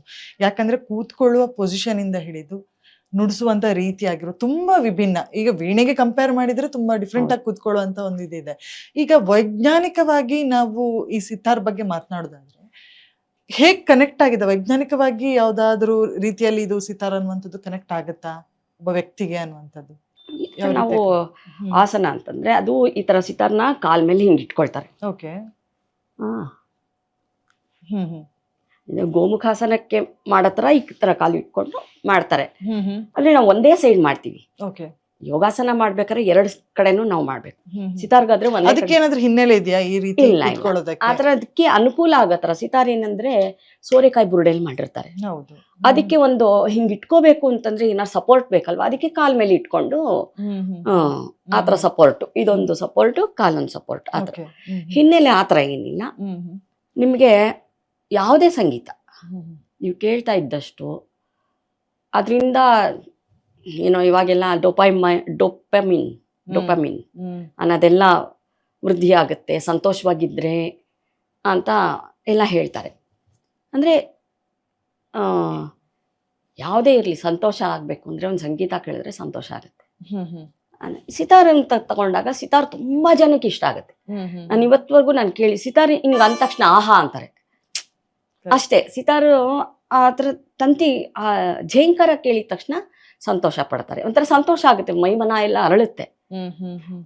ಏನು ಮೆಡಿಟೇಟಿವ್ ಆಗಲಿ ಭಕ್ತಿ ಆಗಲಿ ಏನೇ ಬೇಜಾರಿದ್ರು ದುಃಖ ಇದ್ರು ಏನೇ ಆದ್ರೂ ನೀವು ಇನ್ಸ್ಟ್ರೂಮೆಂಟ್ ಏನಾರು ಕೇಳಿಬಿಟ್ರೆ ಅಷ್ಟು ಸಂತೋಷ ಆಗುತ್ತೆ. ಈಗ ಸಾಮಾನ್ಯವಾಗಿ ಎಲ್ಲರಿಗೂ ಕಾಡುವಂಥದ್ದು ಏನಂದ್ರೆ ಒತ್ತಡ. ಅಂದ್ರೆ ಬಿಸಿ ವರ್ಕ್ ಶೆಡ್ಯೂಲ್ ಇರತ್ತೆ, ಮಾರ್ನಿಂಗ್ ಇಂದ ಈವ್ನಿಂಗ್ ತನಕ ಕೆಲಸ ಮಾಡಬೇಕು. ಅದು ಈ ಏನು ಕಾಂಕ್ರೀಟ್ ಕಾಡಿನಂತ ಪ್ರದೇಶದಲ್ಲಿ ಕೆಲಸ ಮಾಡಬೇಕು ಅನ್ನೋದು it's a very big challenge ಅಂತಾನೆ ಅನ್ಬೋದು. ಸೊ ಇಂಥ ಸಂದರ್ಭದಲ್ಲಿ ಇಂಥ ಒಂದು ರಾಗ ಸಿತಾರ್ದು ಕೇಳೋದ್ರಿಂದ ಮನ್ಸಿಗೆ ನೆಮ್ಮದಿ ಸಿಗತ್ತೆ ಅನ್ನುವಂಥದ್ದು ರಾಗಗಳು ಅದನ್ನ ಮಾಡಿದ್ದಾರೆ. ಅದನ್ನ ನನ್ನ ಪ್ರಕಾರ ಏನಂದ್ರೆ ಯಾವುದೇ ರಾಗ ಆಲಾಪ್ ಕೇಳಿ ನಿಧಾನಕ್ಕೆ ಉಸಿರಾಡ್ಕೊಂಡು ಸಾಕು, ಯಾವುದೇ ರಾಗ ಆಗ್ಲಿ ಆಲಾಪನೆ ಕೇಳಿದ್ರೆ ನಿಮ್ಗೆ ನಿಧಾನಕ್ಕೆ ಉಸಿರಾಟ ಆಡ್ಬೇಕು ಅಷ್ಟೇ. ಅದಕ್ಕೂ ಕನೆಕ್ಟ್ ಆಗ್ಬಿಡುತ್ತೆ, ಮೈಯೊಳಗೆ ಹೊಕ್ಬಿಡುತ್ತೆ ನನ್ಗನ್ಸಂಗೆ.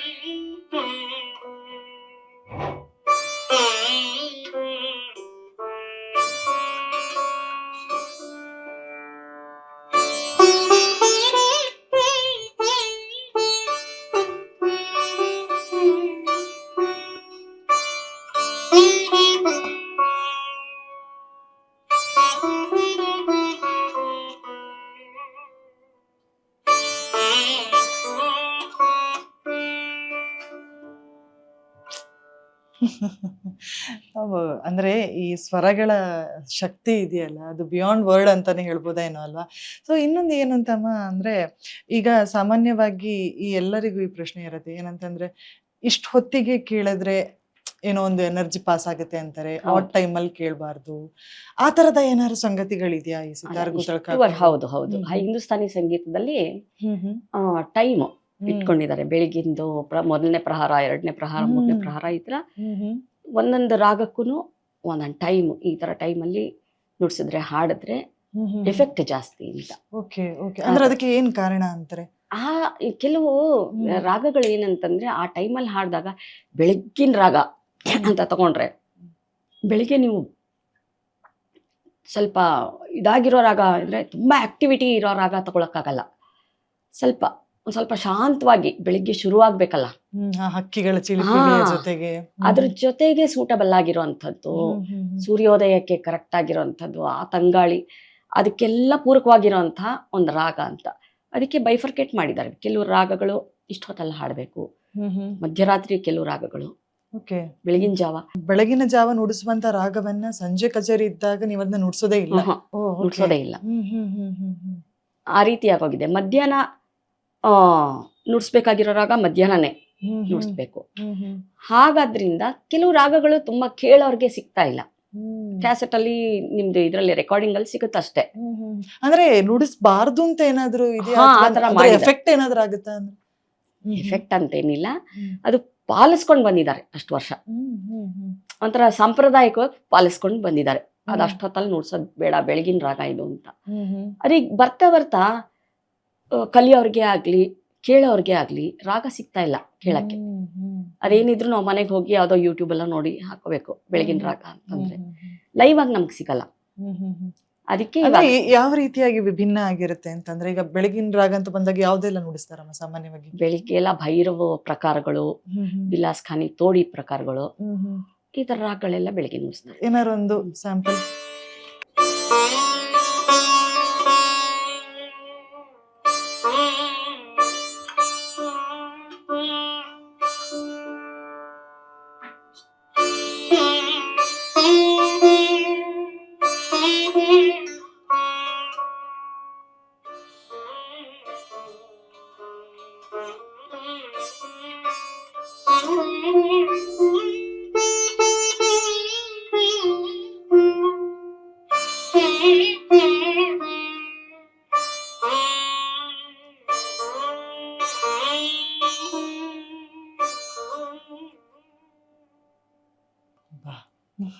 ಏನೋ ಒಂದು ವೈಬ್, ಎನರ್ಜಿ ಪಾಸ್ ಆಗತ್ತೆ ಅಂತ. ಪ್ರತಿಯೊಂದು ತಂತಿಯು ಮನುಷ್ಯನ ನರನಾಡಿಗೂ ಕನೆಕ್ಟ್ ಆಗಿರುತ್ತೆ. ಆಮೇಲೆ ಈ ವೀಣೆ ಅಂತೇಳಿ ಬಂದಾಗ ಎಲ್ಲ ತಂತಿವಾದ್ಯಗಳು ಕೂಡ ಬೆನ್ನಿನ ಹುರಿ, ಮನುಷ್ಯನ ಬೆನ್ನಿನ ಹುರಿಗೆ ಕಂಪೇರ್ ಮಾಡಿ ಹೇಳ್ತಾರೆ. ಸೊ ಅದರ ಆಕಾರಕ್ಕೂ ಮನುಷ್ಯನ ವ್ಯಕ್ತಿತ್ವಕ್ಕೂ ಯಾವ ರೀತಿಯಾಗಿ ಕನೆಕ್ಟ್ ಇದೆ ಅಂತ ಹೇಳಿ? ಖಂಡಿತವಾಗ್ಲೂ ಇದೆ, ಕನೆಕ್ಷನ್ ಇದೆ. ಆದ್ರೆ ನೀವು ಲ್ಯಾಬಲ್ಲಿ ಹೇಳಕ್ಕಾಗಲ್ಲ, ಅದು ಅನುಭವದಲ್ಲಿ ಹೇಳ್ಬೋದು. ಪ್ರತಿಯೊಂದಕ್ಕೂ ನಿಮ್ಗೆ ಕೆಲವ್ರಿಗೆ ಹೌದು ನೀವು ಹೇಳ್ದಂಗೆ ಬೆನ್ನೋವು, ತಲೆನೋವು ಎಲ್ಲ ವಾಸಿಯಾಗಿದ್ದು ಇದೆ. ಸೈಂಟಿಸ್ಟ್ ಅದನ್ನು ಪ್ರಯೋಗ ಮಾಡಿದ್ದಾರೆ. ಸಂಗೀತ ನುಡಿಸಿ ತೋಟಗಳಲ್ಲಿ ಒಳ್ಳೊಳ್ಳೆ ಬೆಳೆ ಬೆಳೆದಿದ್ದಾರೆ. ಹಸು ಹೆಚ್ಚಿಗೆ ಹಾಲು ಕೊಡ್ತಾ ಇದೆ ಸಂಗೀತದಿಂದ. ಈ ತರದೆಲ್ಲ ಪ್ರಯೋಗ ಮಾಡಿದ್ದಾರೆ. ಆದ್ರೆ ಅದು ಹೇಗಾಗ್ತಾ ಇದೆ ಅಂತ ಅದನ್ನ ಅಳಿಯಕ್ಕಾಗಲ್ಲ. ಅದು ಅನುಭವ ಅಷ್ಟೇ. ಅಂದ್ರೆ ಈಗ ನನ್ಗೆ ನೀವು ಮಾತಾಡ್ತಾ ನನಗೆ ಕೇಳ್ಬೇಕು ಅನ್ಸಿದ್ದು, ಈಗ ಒಬ್ಬ ಕಲಾವಿದ ನುಡಿಸೋದನ್ನು ಕೇಳುವಾಗ ಆಗುವಂತ ಅನುಭವ ಇಟ್ಸ್ ಡಿಫ್ರೆಂಟ್. ಸ್ವತಃ ಕಲಾವಿದನೇ ನುಡಿಸ್ತಾ ಇದ್ದಾನೆ, ಅವನ ಅನುಭವ ಯಾವ ರೀತಿಯಾಗಿರುತ್ತೆ ಹಾಗಾದ್ರೆ. ಅಂದ್ರೆ ಈಗ ನಿಮ್ಮ ಮಾರ್ನಿಂಗ್ ಆ ಫ್ರೆಶ್ನೆಸ್, ನನಗೆ ಅನ್ಸುತ್ತೆ ನಮ್ಮ ಮನೆ ಹತ್ರ ಏನಾರು ಇರ್ತಿದ್ರೆ ನಾನು ಬಹುಶಃ ದಿನ ಬಂದು ಮೇಡಮ್ ನನಗೆ ಬೆಳಗ್ಗೆ ಒಂದ್ ಸ್ವಲ್ಪ ಮೂಡ್ ಸರಿ ಇಲ್ಲ, ಒಂದು ನುಡಿಸ್ಬಿಡಿ ಅಂತಿದ್ನೇನೋ. ಸೊ ನಿಮ್ಮ ದಿನ ಹೇಗಿರುತ್ತೆ ಅಂದ್ರೆ ಆಸ್ ಅ ಕಲಾವಿದೆಯಾಗಿ ಆ ಒಂದು ತಂತಿ ವಾದ್ಯ ನಿಮಗೆ ಕೊಡುವಂತಹ ಒಂದು ಮೋಟಿವೇಶನ್ ಆಗಿರ್ಬೋದು, ಇನ್ಸ್ಪಿರೇಷನ್ ಆಗಿರ್ಬೋದು, ಆ ಕನೆಕ್ಷನ್ ಅನ್ನ ಯಾವ ರೀತಿಯಾಗಿ ವರ್ಣಿಸ್ತೀರಮ್ಮ? ನಾನು ನುಡ್ಸಕ್ಕೆ ನಂದ ಇನ್ಸ್ಟ್ರೂಮೆಂಟ್ ನುಡ್ಸಕ್ಕಿಂತ ಕೇಳೋದ್ ಜಾಸ್ತಿ ನಾನು. Okay okay. ಕೇಳಿದಾಗ ಅವ್ರು ಅದು ಹೇಗ್ ನುಡ್ಸಿದಾರಪ್ಪ ಒಬ್ಬೊಬ್ರು ಅಂತ ಆಶ್ಚರ್ಯ ಆಗುತ್ತೆ. ಆವಾಗ ತಡಿಯಕ್ಕಾಗದೆ ಬಂದು ನುಡ್ಸ್ಬೇಕು ನಾನು. ಓ ಆತರ. ಹಾಗೆ. ಅಂದ್ರೆ ಯಾರ ಸಾಂಗ್ ಜಾಸ್ತಿ ಕೇಳ್ತೀರಿ? ಯಾರದು? ನಾನು ಬುಧಾದಿತ್ಯ ಮುಖರ್ಜಿ ಅವ್ರದ್ದು, ನಿಖಿಲ್ ಬ್ಯಾನರ್ಜಿ ಪಂಡಿತರು ಅವ್ರದ್ದೆಲ್ಲರದ್ದು ತುಂಬಾ ಕೇಳ್ತೀನಿ. ಓಕೆ. ಅಂದ್ರೆ ಯಾವ್ದು ತುಂಬಾ ಇಷ್ಟ ಆಗುತ್ತೆ? ಯಾವ್ದು ನೀವು ಕೇಳ್ಬಿಟ್ಟು ನಾನು ಒಂದು ಟ್ರೈ ಮಾಡ್ಬೇಕು ಅಂತ ಮಾಡಿರೋದು ಯಾವ್ದಾರು ಒಂದು ಸೆಲೆಕ್ಟ್? ಅಲ್ಲ, ಆತರ ತುಂಬಾ ಇದೆ. ಅಂದ್ರೆ ಯಾವ ತರ ಅನುಭವ ನಿಮಗೆ ಕೊಡತ್ತೆ ಅಂತ? ಅಂದ್ರೆ ಯಾವ್ದೋ ಒಂದು ನೀವು ಹೇಳ್ದಂಗೆ ಅದು ಕೇಳಿ ನಾವು ಪ್ರಾಕ್ಟೀಸ್ ಮಾಡಿದಾಗ ಅದೇನಾರು ಬಂದ್ಬಿಡ್ತು ಅಂದ್ರೆ ನನ್ನನ್ನು ಹಿಡಿಯೋರು ಇಲ್ಲ. ಅದು ಬಂದ್ಬಿಡ್ತು ಕೈಗೆ ಅಂತಂದ್ರೆ, ಆದ್ರೆ ತಂತಿವಾದ್ಯ ಯಾವಾಗ್ಲೂ ನಾವು ಬಂದ್ಬಿಡ್ತು ಅಂತ ಅನ್ಕೊಳ್ಬಾರ್ದು. ಯಾಕಂದ್ರೆ ಒಳ್ಳೆ ಟೈಮಲ್ಲಿ ಕೈ ಕೊಡುತ್ತೆ. ಒಂದ್ ಮಾತು ಹೇಳಿದ್ರಿ ಅವಾಗ, ಸಂಗೀತ ಹೇಗೆ ನಿಮ್ಗೆ ಇದಾಗುತ್ತೆ, ಬೇರೆಯವ್ರಿಗೆಲ್ಲ ಹೇಗೆ, ಅದಕ್ಕೊಂದು ಹೇಳ್ಬೇಕು. ಈಗ ನನ್ನ ಪ್ರಕಾರ ಡಾಕ್ಟರ್ ಹತ್ರ ಹೋಗಿ ನಾವು ಇದೆಲ್ಲ ಏನು ಕೌನ್ಸಿಲಿಂಗ್ ಮಾಡಿಸಿ, ಸೈಕೋಥೆರಪಿ ತಗೊಳ್ಳೋದು, ಕೌನ್ಸಿಲಿಂಗ್ ಮಾಡಿ, ಅದೆಲ್ಲ ಪ್ರತಿಯೊಬ್ಬರು ಒಬ್ಬೊಬ್ರು ಡಾಕ್ಟರ್ ಹತ್ರ ಹೋಗ್ತಾರೆ, ಮಾಡಿಸ್ತಾರೆ. ಬಟ್ ಅಷ್ಟು ಜನ, 100 ಜನ ನೆರೆದಿರ್ತಾರಲ್ಲ, ಅಂಥವ್ರು ಅಷ್ಟು ಜನಕ್ಕೂ ಮನಃಶಾಂತಿ ಕೊಡೋಂಥ ಇವ್ರುಗಳಿಗೆ, ಪರ್ಫಾರ್ಮರ್ಗೆ ಏನು ಹೇಳ್ಬೇಕು, ಖಂಡಿತ ಅಷ್ಟು ಜನಕ್ಕೆ ಏಕಕಾಲಕ್ಕೆ ಸಮಾಧಾನ, ನೆಮ್ಮದಿ, ಅವ್ರದ್ದು ಬ್ಲಡ್ ಪ್ರೆಷರ್ ಎಲ್ಲ ನಾರ್ಮಲ್ ತಂದ್ಬಿಡ್ತಾರಲ್ಲ. ಹೌದು ಹೌದು. ಆ ಶಕ್ತಿನೇ ವಿಭಿನ್ನ ಅನ್ಬೋದಲ್ವಾ ಅದಕ್ಕೆ? ನಾವ್ ಆಗ್ಲೇ ಮಾತಾಡ್ತಾ ಹೇಳಿದ್ರಿ ಬೆಳಗಿನ ಜಾವದ ರಾಗ ಈ ರೀತಿಯಾಗಿರುತ್ತೆ ಅಂತ. ಅದೇ ರೀತಿ ಮಧ್ಯಾಹ್ನದ ರಾಗ, ಸಂಜೆಯ ರಾಗ, ಮಧ್ಯರಾತ್ರಿ ನುಡಿಸುವಂತ ರಾಗ, ಇದ್ರ ಬಗ್ಗೆ ಏನು ಎಕ್ಸ್ಪ್ಲೇನ್ ಮಾಡಿ ಮೇಡಮ್? ಅಂದ್ರೆ ಆ ರಾಗಗಳು ಆ ಟೈಮಲ್ಲಿ ಕೇಳಿದಾಗ ನಮ್ಗೆ ಇನ್ನ ಹೆಚ್ಚು ಅದ್ರದ್ದು ಪ್ರಭಾವ ಜಾಸ್ತಿ ಇರುತ್ತೆ ಅನ್ನೋದು.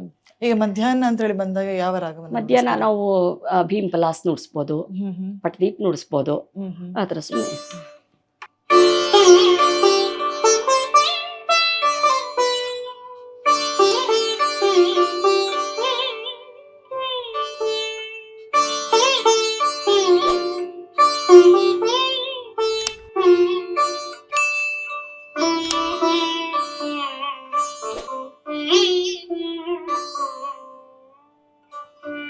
ಇವೆಲ್ಲ ಮಧ್ಯಾಹ್ನದ ರಾಗಗಳು. ನಿಮಗೆ ಸಂಜೆ ರಾಗ ಬೇಕು ಅಂತಂದ್ರೆ ಸಂಜೆ ರಾಗಕ್ಕೆ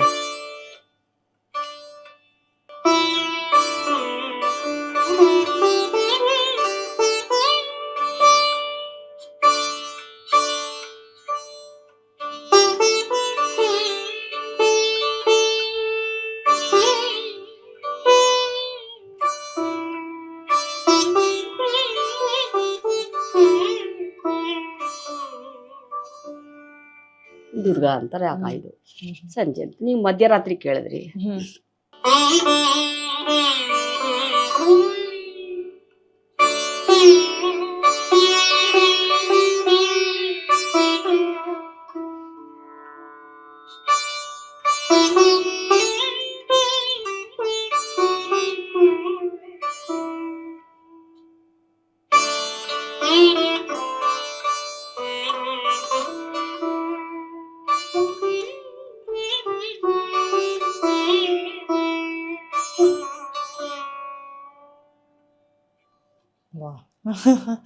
ಅದೇ ಅಂದ್ರೆ ಈ ನಿದ್ರಾಹೀನತೆ ಇರೋರ್ಗೆ ಅಥವಾ ಆ ರಾತ್ರಿ ಹೊತ್ತು ಏನು ಸ್ಲೀಪ್ಲೆಸ್ ನೈಟ್ ಇರೋರಿಗೆ ಬಹುಶಃ ಇಂಥ ರಾಗಗಳು ತುಂಬಾ ಹೆಲ್ಪ್ ಆಗುತ್ತೆ ಏನೋ. ಖಂಡಿತ ಆಗುತ್ತೆ. ಅಂದ್ರೆ ಈ ರಾಗದ ಹೆಸರು ಏನಮ್ಮ? ಇದು ಜೈ ಜಯವಂತಿ ಅಂತ ರಾಗದ ಹೆಸರು. Okay okay okay. ಅಂದ್ರೆ ಈ ರಾಗ ಪ್ರತಿಯೊಂದು ರಾಗದ ಹುಟ್ಟಿಗೂ ಹಿನ್ನೆಲೆ ಇದೆ, ಆತರ ಏನಾರು ಇದೆಯಾ? ಇರುತ್ತೆ. ರಾಗಕ್ಕೆ ಹೆಸರಿಟ್ಟಿರೋಕ್ಕೂ ಇರುತ್ತೆ ಕೆಲವು ರಾಗಗಳಿಗೆ. ಈಗ ಬಿಲಾಸ್ ಖಾನಿ ತೋಡಿ ಅಂತ, ತೋಡಿ ರಾಗನೇ. ತಾನ್ಸೇನ ಅವ್ರ ಮಗ ಸತ್ತು ಹೋಗ್ಬಿಡ್ತಾನೆ, ಆವಾಗ ಹಾಡೋ ಅಂತ ರಾಗ. ಅವನ ಹೆಸರು ಬಿಲಾಸ್ ಖಾನ್ ಅಂತ, ಮಗನ ಹೆಸರು. ಅದಕ್ಕೆ ಬಿಲಾಸ್ ಖಾನಿ. ಈಗ ಪಹಾಡಿ ಅಂತ ಇರುತ್ತೆ, ಅಲ್ಲಿ ಜನಪದ ಹಾಡುಗಳೆಲ್ಲ. ಅಲ್ಲ, ಈಗ ಅದನ್ನ ಹೇಳಿದ್ರಿ, ಅವ್ರ ತಂದೆ ಮಗ ತೀರ್ಕೊಂಡಾಗ ನುಡಿಸಿದಂತ ಒಂದು ರಾಗ, ಆ ಸಮಯಕ್ಕೆ ರಾಗ ಹುಟ್ಟಿತ್ತು ಅಂತ. ಹೌದು, ಅದನ್ನೊಂದು ತೋರಿಸ್ಬೋದ? ಬಿಲಾಸ್ ಖಾನಿ.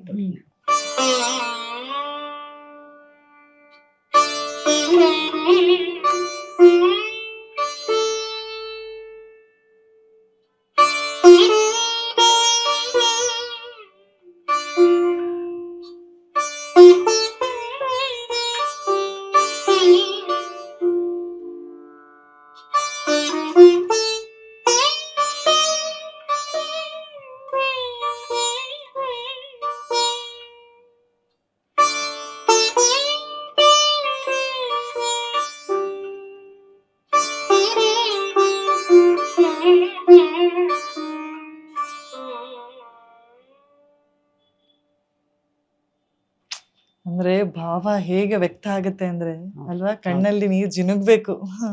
ಸಂಗೀತ ಅಭ್ಯಾಸ ಅನ್ನುವಂಥದ್ದು ಸಿತಾರಿಗೆ ಅಡ್ವಾಂಟೇಜ್ ಮೇಡಮ್? ಸಂಗೀತ ಅಭ್ಯಾಸ ಎಲ್ಲಾ ಸಂಗೀತಕ್ಕೂ ಅಡ್ವಾಂಟೇಜೇನೆ. ಒಂದಿನಾನು ಅಭ್ಯಾಸ ಬಿಡಂಗಿಲ್ಲ, ಮಾಡ್ತಾನೆ ಇರ್ಬೇಕು. ಒಂದಿನ ಬಿಡ್ತು ಅಂದ್ರೆ ನೆಕ್ಸ್ಟ್ ಡೇ ಗೊತ್ತಾಗೋಗುತ್ತೆ. ಅಂದ್ರೆ ಓಕಲಿ ನೀವು ಹೇಳ್ತೀರಾ? ಇಲ್ಲ, ಕೂತ್ಕೊಂಡೇ ನುಡಿಸ್ಬೇಕು. ನುಡಿಸ್ಕೊಂಡು ನುಡಿಸ್ಕೊಂಡೇ ಪ್ರಾಕ್ಟೀಸ್ ಮಾಡ್ಬೇಕು. ಮತ್ತೆ ಇನ್ನೊಂದು ಕೇಳ್ಬೇಕಾಗಿರೋದು, ಈಗ ಸಮಕಾಲೀನ ವಾದ್ಯಗಳು ಅಂತ ಹೇಳಿ ಬಂದಾಗ ಸಾಕಷ್ಟು ವಾದ್ಯಗಳು ಬಂದಿದೆ. ಅಂದ್ರೆ ಆ ಎಲ್ಲಾ ವಾದ್ಯಗಳು ಸಾಂಪ್ರದಾಯಿಕ ಮಾಧ್ಯಮದ ವಾದ್ಯದ ಜೊತೆಗೆ ಮಿಂಗಲ್ ಆಗ್ತಾ ಇದೆ, ಮಿಕ್ಸ್ ಆಗ್ತಿದೆ, ಜೆಲ್ ಆಗ್ತಿದೆ ಅಂತಾನೆ ಅನ್ಬೋದು. ಸೊ ಇದು ಒಂದು ಸಾಂಪ್ರದಾಯಿಕವಾಗಿರುವಂತಹ ವಾದ್ಯದ ಚಾಲೆಂಜಿಂಗ್ ಅನ್ನ ಜಾಸ್ತಿ ಮಾಡ್ತಾ ಇದೆ ಅಂತ ಅನ್ಸುತ್ತಾ ನಿಮಗೆ? ಇವಾಗ AI ಎಲ್ಲ ಬಂದ್ಮೇಲೆ ಅದು ನಿಮ್ಗೆ ಗೊತ್ತೇ ಆಗಲ್ಲ ಇದಲ್ಲ ಅಂತ, ಅಷ್ಟು ಚೆನ್ನಾಗಿ ಮಾಡ್ತಾ ಇದೆ AI. ಅಂದ್ರೆ ಪ್ರೊಫೆಷನ್ಗೋಸ್ಕರ ಅಂತಾನೆ ಕಲಿಯೋರಿಗೆ ಕಷ್ಟ, ಅಂದ್ರೆ ಆಯ್ಕೊಂಡಿರೋರ್ಗೆ ಕಷ್ಟ. ನುಡ್ಸೋದ್ ನಮ್ಮ ಮನ್ಸು ಸಂತೋಷಕ್ಕೆ ನುಡಿಸ್ತೀವಿ. ಸಂಗೀತ ನಾವು ಮುಂಚೆ ಹೆಂಗ್ ಕಲಿತಾ ಇದ್ವಿ, ಸಂಗೀತ ಕಲೀಲೇಬೇಕು, ಈ ತರ ನಮ್ಗೊಂದು ಸ್ಟೇಜ್ ಸಿಗುತ್ತೆ ಅಂತಾನೆ ಗೊತ್ತಿರ್ಲಿಲ್ಲ ನಾವೆಲ್ಲ ಕಲಿಯುವಾಗ. ನಾವೇನಂದ್ರೆ ಅಲ್ಲಿ ಇಲ್ಲಿ ಕಾಂಪಿಟೇಷನ್ ಅದು ಇದು ನಮ್ ಸಂತೋಷಕ್ಕೆ ನಾವು ಕಲಿತಾ ಇದ್ದಿದ್ದು ಸಂಗೀತ. ಇವಾಗ ಅದನ್ನ ಪ್ರೊಫೆಷನ್ಗೆ ಬಳಸ್ಕೊಳಕ್ಕೆ ಅಂತಾನೆ ಕಲಿತಾರೆ. ಇದು ಕಲ್ತ್ರೆ ನಾಳೆ ದಿನ ನನ್ಗಿದು ಹೆಲ್ಪ್ ಆಗುತ್ತೆ, ಈ ತರ ನಾನು ಪರ್ಫಾರ್ಮ್ ಮಾಡ್ಬೋದು. ಆ ತರದವ್ರಿಗೆ ಕಷ್ಟ. AI ಬಂದಿರೋದ್ರಿಂದ ಸ್ವಲ್ಪ ದಿನ ನನ್ಗೇನು ಯಾವ್ದೂನು ಇದ್ರ ಮುಂದೆ ಬರಲ್ಲ, ಲೈವ್ ಆಗಿ ನೋಡ್ಸೋದ್ರ ಮುಂದೆ. ಬಟ್ ಅದೆಷ್ಟು ಸ್ಟ್ರಾಂಗ್ ಆಗಿ ತಗೊಂಡ್ ಹೋಗ್ತಾರೆ, ಮ್ಯೂಸಿಷಿಯನ್ ಎಷ್ಟು ಸ್ಟ್ರಾಂಗ್ ಆಗಿರ್ತಾರೆ ಅನ್ನೋದ್ರ ಮೇಲೆ ಹೋಗುತ್ತೆ. ಓಕೆ. ಸೊ ಇನ್ನು ನಿಮ್ಮ ಬಾಲ್ಯ ಆಗಿರ್ಬೋದು, ನಿಮ್ಮ ಎಜುಕೇಶನ್ ಆಗಿರ್ಬೋದು, ನಿಮ್ಮ ತಂದೆ ತಾಯಿ ಇವ್ರುಗಳೆಲ್ಲರ ಬಗ್ಗೆ ಮಾತನಾಡಲೇಬೇಕು. ಯಾಕಂದ್ರೆ ಇಂಥ ಒಂದು ಅದ್ಭುತ ಕಲಾವಿದೆಯನ್ನು ಸೃಷ್ಟಿ ಮಾಡಬೇಕಾದ್ರೆ ಅಫ್ಕೋರ್ಸ್ ತಂದೆ ತಾಯಿಯ ಒಂದು ಶ್ರಮ ಆಗಿರ್ಬೋದು, ಅವರು ಕೊಟ್ಟಂಥ ಟೈಮ್ ಆಗಿರ್ಬೋದು, ಎಲ್ಲನೂ ಇಂಪಾರ್ಟೆಂಟ್ ಆಗುತ್ತೆ ಅಂತ ಹೇಳ್ಬೋದು. ಸೊ ಒಂದು ಸಲ ಬ್ಯಾಕ್ ಬಂದು ನೋಡಿದಾಗ ನಿಮ್ಮ ಬಾಲ್ಯ, ನಿಮ್ಮ ತಂದೆ ತಾಯಿ ಇವರನ್ನ ನೆನಪಿಸ್ಕೊಳ್ಳೋದಾದ್ರೆ? ನಮ್ಮ ತಂದೆ ಹೆಸರು ಯತಿರಾಜು ಅಂತ, ನಮ್ಮಮ್ಮ ಕಮಲಾ ಅಂತ ಅಂದ್ಬಿಟ್ಟು. ನಮ್ಮಮ್ಮ ಹೋಮ್ ಸೈನ್ಸ್ ಪ್ರೊಫೆಸರ್ ಆಗಿದ್ರು. So basically from Bengaluru. ನಾವು ಹುಟ್ಟಿದೆಲ್ಲ ಬೆಂಗಳೂರೇನೆ, ಇಬ್ರು ಬೆಂಗಳೂರಿನವ್ರೆ. ಆಮೇಲೆ ನಮ್ಮ ತಾಯಿಗೆ ಮೈಸೂರು ಟ್ರಾನ್ಸ್ಫರ್ ಆಯ್ತು. ಅವ್ರ ಕೆಲಸದಲ್ಲಿ ಅವರು ಪ್ರೊಫೆಸರ್ ಆಗಿದ್ರಲ್ಲ, ಅಲ್ಲಿಗೆ ಟ್ರಾನ್ಸ್ಫರ್ ಆದ್ಮೇಲೆ ನಾವೆಲ್ಲ ಅಲ್ಲಿಗೆ ಹೋದ್ವಿ, ಮೈಸೂರಿಗೆ. ಮೈಸೂರಲ್ಲಿ ತುಂಬಾ ಎಲ್ಲದಕ್ಕೂ ನಮ್ ತಾಯಿ ಅಂತೂ ಅವ್ರು ತುಂಬಾ ಇಷ್ಟ. ಇದು ಕಲೆಗಳೆಲ್ಲ ಅವ್ರು ನುಡಿಸ್ತಾ ಇದ್ರು ನಮ್ ಜೊತೆ. ಅವರು ಕಲ್ತರು ಆತರ ಸಿತಾರು, ಭರತನಾಟ್ಯಂ, ಮ್ಯಾಂಡ್ಲಿನ್ ಎಲ್ಲಾನು ಕಲ್ತರು ಅವ್ರು ನಮ್ ಜೊತೆಗೆ. ಎಲ್ಲಾನು ಕಲ್ಸಿದ್ರು. ಯಾವ್ದು ಸಿಗುತ್ತೆ ಅದು ಕಲಿಬೇಕು ಅಂತನ್ಬಿಟ್ಟು. ಅಂದ್ರೆ ಆ ಬಾಲ್ಯದಲ್ಲಿ ನಿಮಗೆ ಆಸಕ್ತಿ ಇತ್ತ? ಅದೇ ಚಿಕ್ಕವಳಿದ್ದಾಗ ನನ್ಗೇನಾಯ್ತು, ನಮ್ ಮನೇಲಿ ಯಾರೋ ಬುಲ್ಬುಲ್ ತರಂಗ್ ತಂದಿಟ್ಟಿದ್ರು. ನಮ್ ತಂದೆಗೆ ಯಾರೋ ಕೊಟ್ಟಿದ್ರಂತೆ. ಅದ್ ನಮ್ ತಂದೆನೂ ನುಡ್ಸೋರು, ತಬ್ಲಾ ಎಲ್ಲ ನುಡ್ಸೋರು. ಆವಾಗ ನಾನು ಆ ಬುಲ್ಬುಲ್ ತರಂಗ್ ಸುಮ್ನೆ ಏನೋ ಮನೇಲಿ ಇರುತ್ತಲ್ಲ ಗಿಟಾರು ಎಲ್ಲ, ಸುಮ್ನೆ ನುಡ್ಸ್ತಾ ಜಿಂಗ್ ಜಿಂಗ್ ಅಂತ ಕುತ್ಕೊಳ್ಳೋದು. ಹಂಗೆ ಕಲ್ತ್ಬಿಟ್ಟೆ ನಾನೇ, ಏನೋ ನೋಡ್ಕೊಂಡ್ ಕಲ್ತ್ಬಿಟ್ಟು. ಆಮೇಲೆ ನಮ್ ತಾಯಿಗೆಲ್ಲ ಪ್ರತಿ ವರ್ಷ ಅವರು ಸೆಂಡ್ ಆಫ್ ಮಾಡೋದಿರುತ್ತಲ್ಲ ಫೈನಲ್ ಇಯರ್ಸ್ನ, ಹ್ಮ್ ಅವಾಗೆಲ್ಲ ನಾನೇ ಹಾಡು ಹೇಳ್ಕೊಡ್ತಾ ಇದ್ದೆ ನಮ್ಮ ಅಮ್ಮಗೆ. ಓ ಅವ್ರು ಕಲ್ತ್ಕೊಂಡು ಹೋಗಿ ಅಲ್ಲಿ ನುಡ್ಸೋರು. ಓ ಸೂಪರ್. ಹಾಗೆ. ಆ ಥರ ನಾನು ಸುಮ್ಮನೆ ನನ್ನ ಪಾಡ್ ನಾನು ಕಲ್ತಿದ್ದಿತ್ತು. ಆಮೇಲೆ ಮೈಸೂರಿಗೆಲ್ಲ ಹೋದ್ಮೇಲೆ ಶಾಸ್ತ್ರೋಕ್ತವಾಗಿ ಮ್ಯಾಂಡ್ಲಿನ್ ಎಲ್ಲ ಹೇಳಿಸಿ ಗುರುಗಳ ಹತ್ರ ಕಲಿಸಿ ವೋಕಲ್ಲು ಕಲಿಸಿದ್ರು, ಇದೆಲ್ಲ ಕಲಿಸಿದ್ರು. ಅಕ್ಕಂದ್ರಿಬ್ರು ಇದ್ದಾರೆ, ಓಕೆ. ಅವರು ಎಲ್ಲಾನು ಕಲ್ತ್ರು, ಬಟ್ ಅವ್ರು ಈ ಫೀಲ್ಡ್ ಆರಿಸ್ಕೊಳ್ಳಿಲ್ಲ ಅಷ್ಟೇ. ಸೊ ಆಮೇಲಿಂದ ನನ್ಗೆ ಬರೀ ಇದೆ ಸಂಗೀತ ಸಂಗೀತ ಸಂಗೀತಾನೇ ಆಯ್ತು. ನೀವು ಸ್ಕೂಲ್ ಹೋಗಿರೋದು ಎಲ್ಲಾನು ಅಷ್ಟೇ ಸ್ಕೂಲಲ್ಲಿ. ಆಮೇಲೆ ನಮ್ಮ ಮಹಾಜನ ಹೈಸ್ಕೂಲಲ್ಲಿ ಓದಿದ್ದು, ಅಲ್ಲೂ ತುಂಬಾ ಎನ್ಕರೇಜ್ಮೆಂಟ್, ತುಂಬಾ ಎನ್ಕರೇಜ್ ಮಾಡಿದ್ರು. ಆಮೇಲೆ ಕಾಲೇಜಲ್ಲೂ ಅಷ್ಟೇನೆ. ಕಾಲೇಜಲ್ಲಿ ನಾನು NCC ಬೇರೆ ಇದ್ದೆ. NCC ನಲ್ಲಿ ನಾನು ಸೆಲೆಕ್ಟ್ ಆಗಿ RD ಕ್ಯಾಂಪ್ಗೆ ಹೋಗಿದ್ದೆ. ಆಮೇಲೆ RD ಹೋದವ್ರಿಗೆ ಮ್ಯಾಗ್ಝೈನಲ್ಲಿ ಹಾಕ್ತಾರೆ. ಮ್ಯಾಗ್ಝೈನಲ್ಲಿ ಫೋಟೋ ಹಾಕಿದ್ರೆ ಇಲ್ಲ ಇವಳು ಯಾರು ನಾವು ನೋಡೇ ಇಲ್ಲ ಕಾಲೇಜಲ್ಲಿ ಇವಳು ಯಾರು ಅಂತ ಕೇಳೋರು. ಯಾಕಂದ್ರೆ ಯಾವಾಗ್ಲೂ ನಾನು ಇರ್ತಿರ್ಲಿಲ್ಲ, ಇಲ್ಲ ಕ್ಯಾಂಪು ಅಥವಾ ಕಾಂಪಿಟಿಷನ್ಗಳು ಬರೀ ಇದೆ. ಆಮೇಲೆ ರೆಕಾರ್ಡಿಂಗ್ ಶುರು ಆಗೋಯ್ತಲ್ಲ, ಯಾವಾಗ್ಲೂ ರೆಕಾರ್ಡಿಂಗ್ ಬಂದ್ಬಿಡ್ತಾ ಇದ್ದೆ. ಅಂದ್ರೆ ಹೇಗಿತ್ತು ಅವಾಗ ಅಂತ ಸೆಲೆಬ್ರಿಟಿ ಫೀಲ್? ಯಾರಿಗೂ ಗೊತ್ತೇ ಇಲ್ವಲ್ಲ, ಪರಿಚಯನೇ ಇರ್ತಿರ್ಲಿಲ್ಲ, ಗೊತ್ತಿಲ್ಲ. ಆಮೇಲೆ ಎಕ್ಸಾಮ್ ಟೈಮಿಗೆ ಮಾತ್ರ ಹೋಗ್ತಿದ್ದೆ. ಆಮೇಲೆ ಕ್ಲಾಸಸ್ ಒಂದ್ ಸ್ವಲ್ಪ ಅಟೆಂಡ್ ಮಾಡ್ತಾ ಇದ್ದೆ ಅಷ್ಟೇ. ಆಮೇಲೆ ಇದು ನಾನೇ ನುಡ್ಸಿರೋ ಹಾಡುಗಳು ರೇಡಿಯೋದಲ್ಲಿ ಬರ್ತಾ ಇದೆ. ಅದನ್ನ ಕೇಳ್ಬಿಟ್ಟು ನಮ್ ಫ್ರೆಂಡ್ಸ್ ಹೇಳ್ಬೇಕಾದ್ರೆ ಯಾರು ನಂಬ್ತಾರೆ? ನಾನೇ ನುಡ್ಸಿರೋದು ಕಾಣಿಸಲ್ಲ.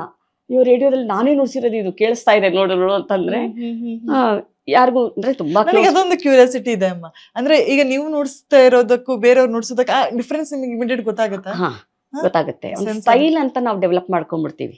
ಬರ್ತಾ ಬರ್ತಾ ನಮ್ದೇ ಸ್ಟೈಲ್ ಅಂತ ಒಂದಾಗೋಗುತ್ತೆ. ಇವಾಗ ಬೇರೆಯವ್ರು ನಮ್ ಸ್ಟೈಲ್ ನ ನುಡ್ಸ್ತಾರೆ, ಅಂದ್ರೆ ಹಿಂಗೆ ತಗೊಂಡು ಇವ್ರ ಸ್ಟೈಲ್ ನುಡ್ಸಿ ಅಂದ್ರೆ ಆ ಸ್ಟೈಲ್ ನುಡಿಸ್ತಾರೆ. ಇದು ಬರ್ತಾ ಬರ್ತಾ ಏನಾಗುತ್ತೆ, ನಮ್ದೇ ಅಂತ ಒಂದ್ ಸ್ಟೈಲ್ ಕ್ರಿಯೇಟ್ ಆಗೋಗುತ್ತೆ.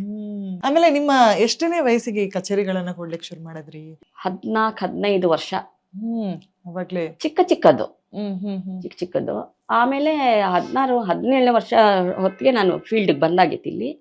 ಅದಾದ್ಮೇಲೆ ಜೊತೆಗೆ ಇದ್ ಮಾಡ್ಕೊಂಡು ಸಂಗೀತ ಎಕ್ಸಾಮ್ಸ್ ಎಲ್ಲ ತಗೊಂಡು ವಿದ್ವತ್ ಎಲ್ಲ ತಗೊಂಡು ಆವಾಗ್ಲೇ ಕಚೇರಿಗಳು ಬರಕ್ ಶುರು ಆದ್ವು. ಆಮೇಲೆ ಈಗ ನೆಕ್ಸ್ಟ್ ಹೆಣ್ಮಕ್ಳು ಅಂತೇಳಿ ಬಂದಾಗ ಮದ್ವೆ ಮಕ್ಳು ಈ ತರದೆಲ್ಲ ಟ್ರಾನ್ಸಾಕ್ಷನ್ ಎಗೈನ್ ಆಗುತ್ತೆ. ಎಗೈನ್ ನಮ್ದು ಒಂದ್ ಸ್ವಲ್ಪ ನಮ್ ಕೆರಿಯರ್ ಏನಿರುತ್ತೋ ಒಂದ್ ಸ್ವಲ್ಪ ಡ್ರಾಪ್ ಆಗುತ್ತೆ, ಎಗೈನ್ ಖುಷಿ ಆಗುತ್ತೆ.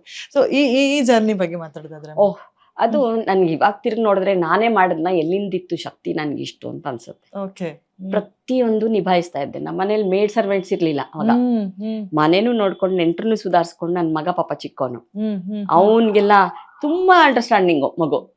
ಹಾಗೆ ಹೇಳಿ ಇವತ್ತಿರಲ್ಲ, ಇವತ್ ರೆಕಾರ್ಡಿಂಗ್ ಕೇಳೋನು, ದಿನಾ ರಾತ್ರಿ ಕೇಳೋನಮ್ಮ ನಾಳೆ ರೆಕಾರ್ಡಿಂಗ್ ಇದೆಯಾ ಇದೆ ಅಂದ ತಕ್ಷಣ ಆಯ್ತು ಅಂತ, ನಾಳೆ ರೆಕಾರ್ಡಿಂಗ್ ಇಲ್ಲ ಅಂದ ತಕ್ಷಣ ಓ ಅಂತ ಕಿರ್ಚಾಡ್ಕೊಂಡು ಮನೆಯೆಲ್ಲ ಸಿಗ್ತಾರೆ ಅಂತ ನಾನು ಫುಲ್ ಟೈಮ್ ಅವ್ನಿಗೆ ಕೊಡ್ತಾ ಇದ್ದೆ ಅವಾಗ. ಹಾಗೆ ಆತರ ತುಂಬಾ ಚಾಲೆಂಜಿಂಗ್ ಇತ್ತು. ಒಂದೊಂದ್ಸರಿ ಅಳು ಬರೋದು, ಮಗು ಚಿಕ್ಕದು ಪಾಪ, ಹುಷಾರಿಲ್ದೆ ಇದ್ದಾಗ ಮಾಡದೇ ಇದ್ದಾಗ ಒಪ್ಕೊಂಡ್ಬಿಟ್ಟಿರ್ತಿದ್ವಿ ರೆಕಾರ್ಡಿಂಗ್ ಹೋಗ್ಲೇಬೇಕು. ತುಂಬಾ ಸಂಕಟ ಆಗೋದು, ಕಷ್ಟ ಅದೆಲ್ಲ ಇರೋದು.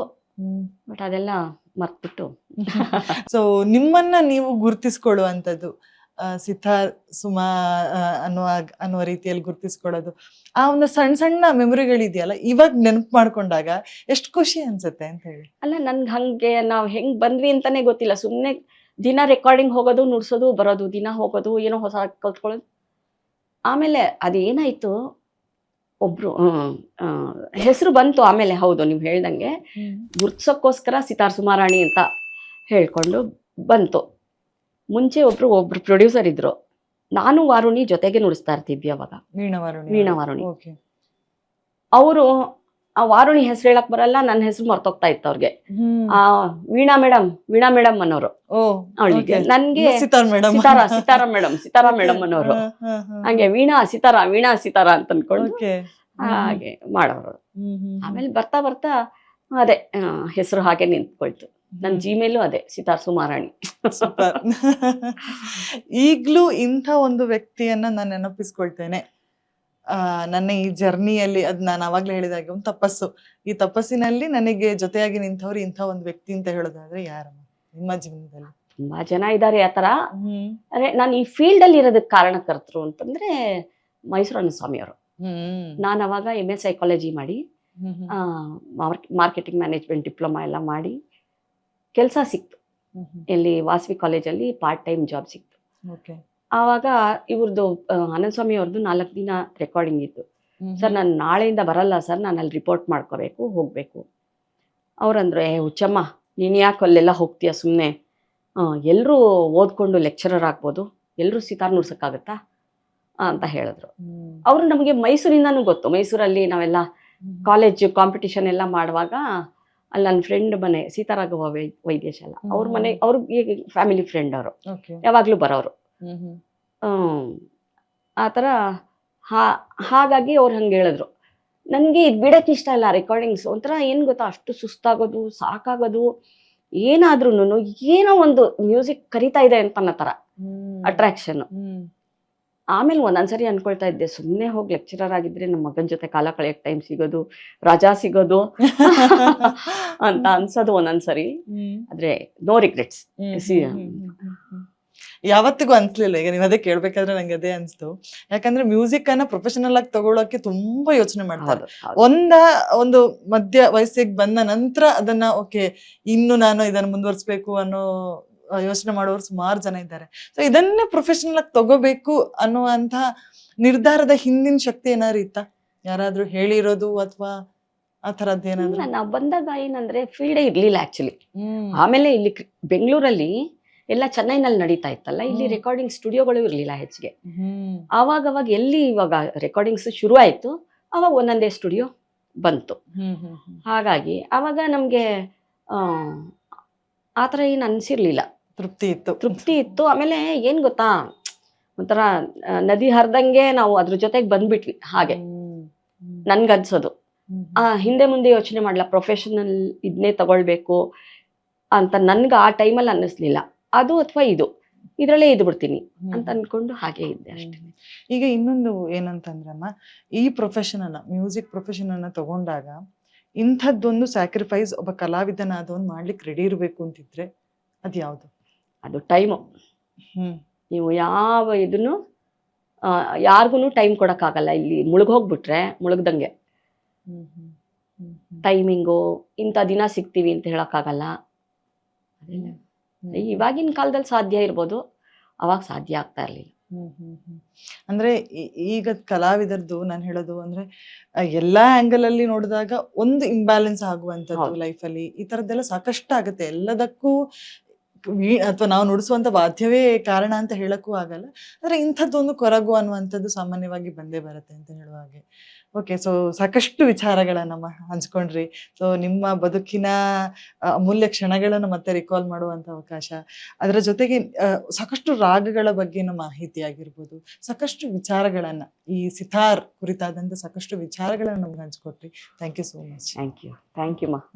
ಕೊನೆಯದಾಗಿ ಯಾವ್ದಾದ್ರು ಒಂದು ರಾಗವನ್ನು ನುಡಿಸ್ಬೋದಮ್ಮ ವೀಕ್ಷಕರಿಗೆ? ನಮಸ್ಕಾರ.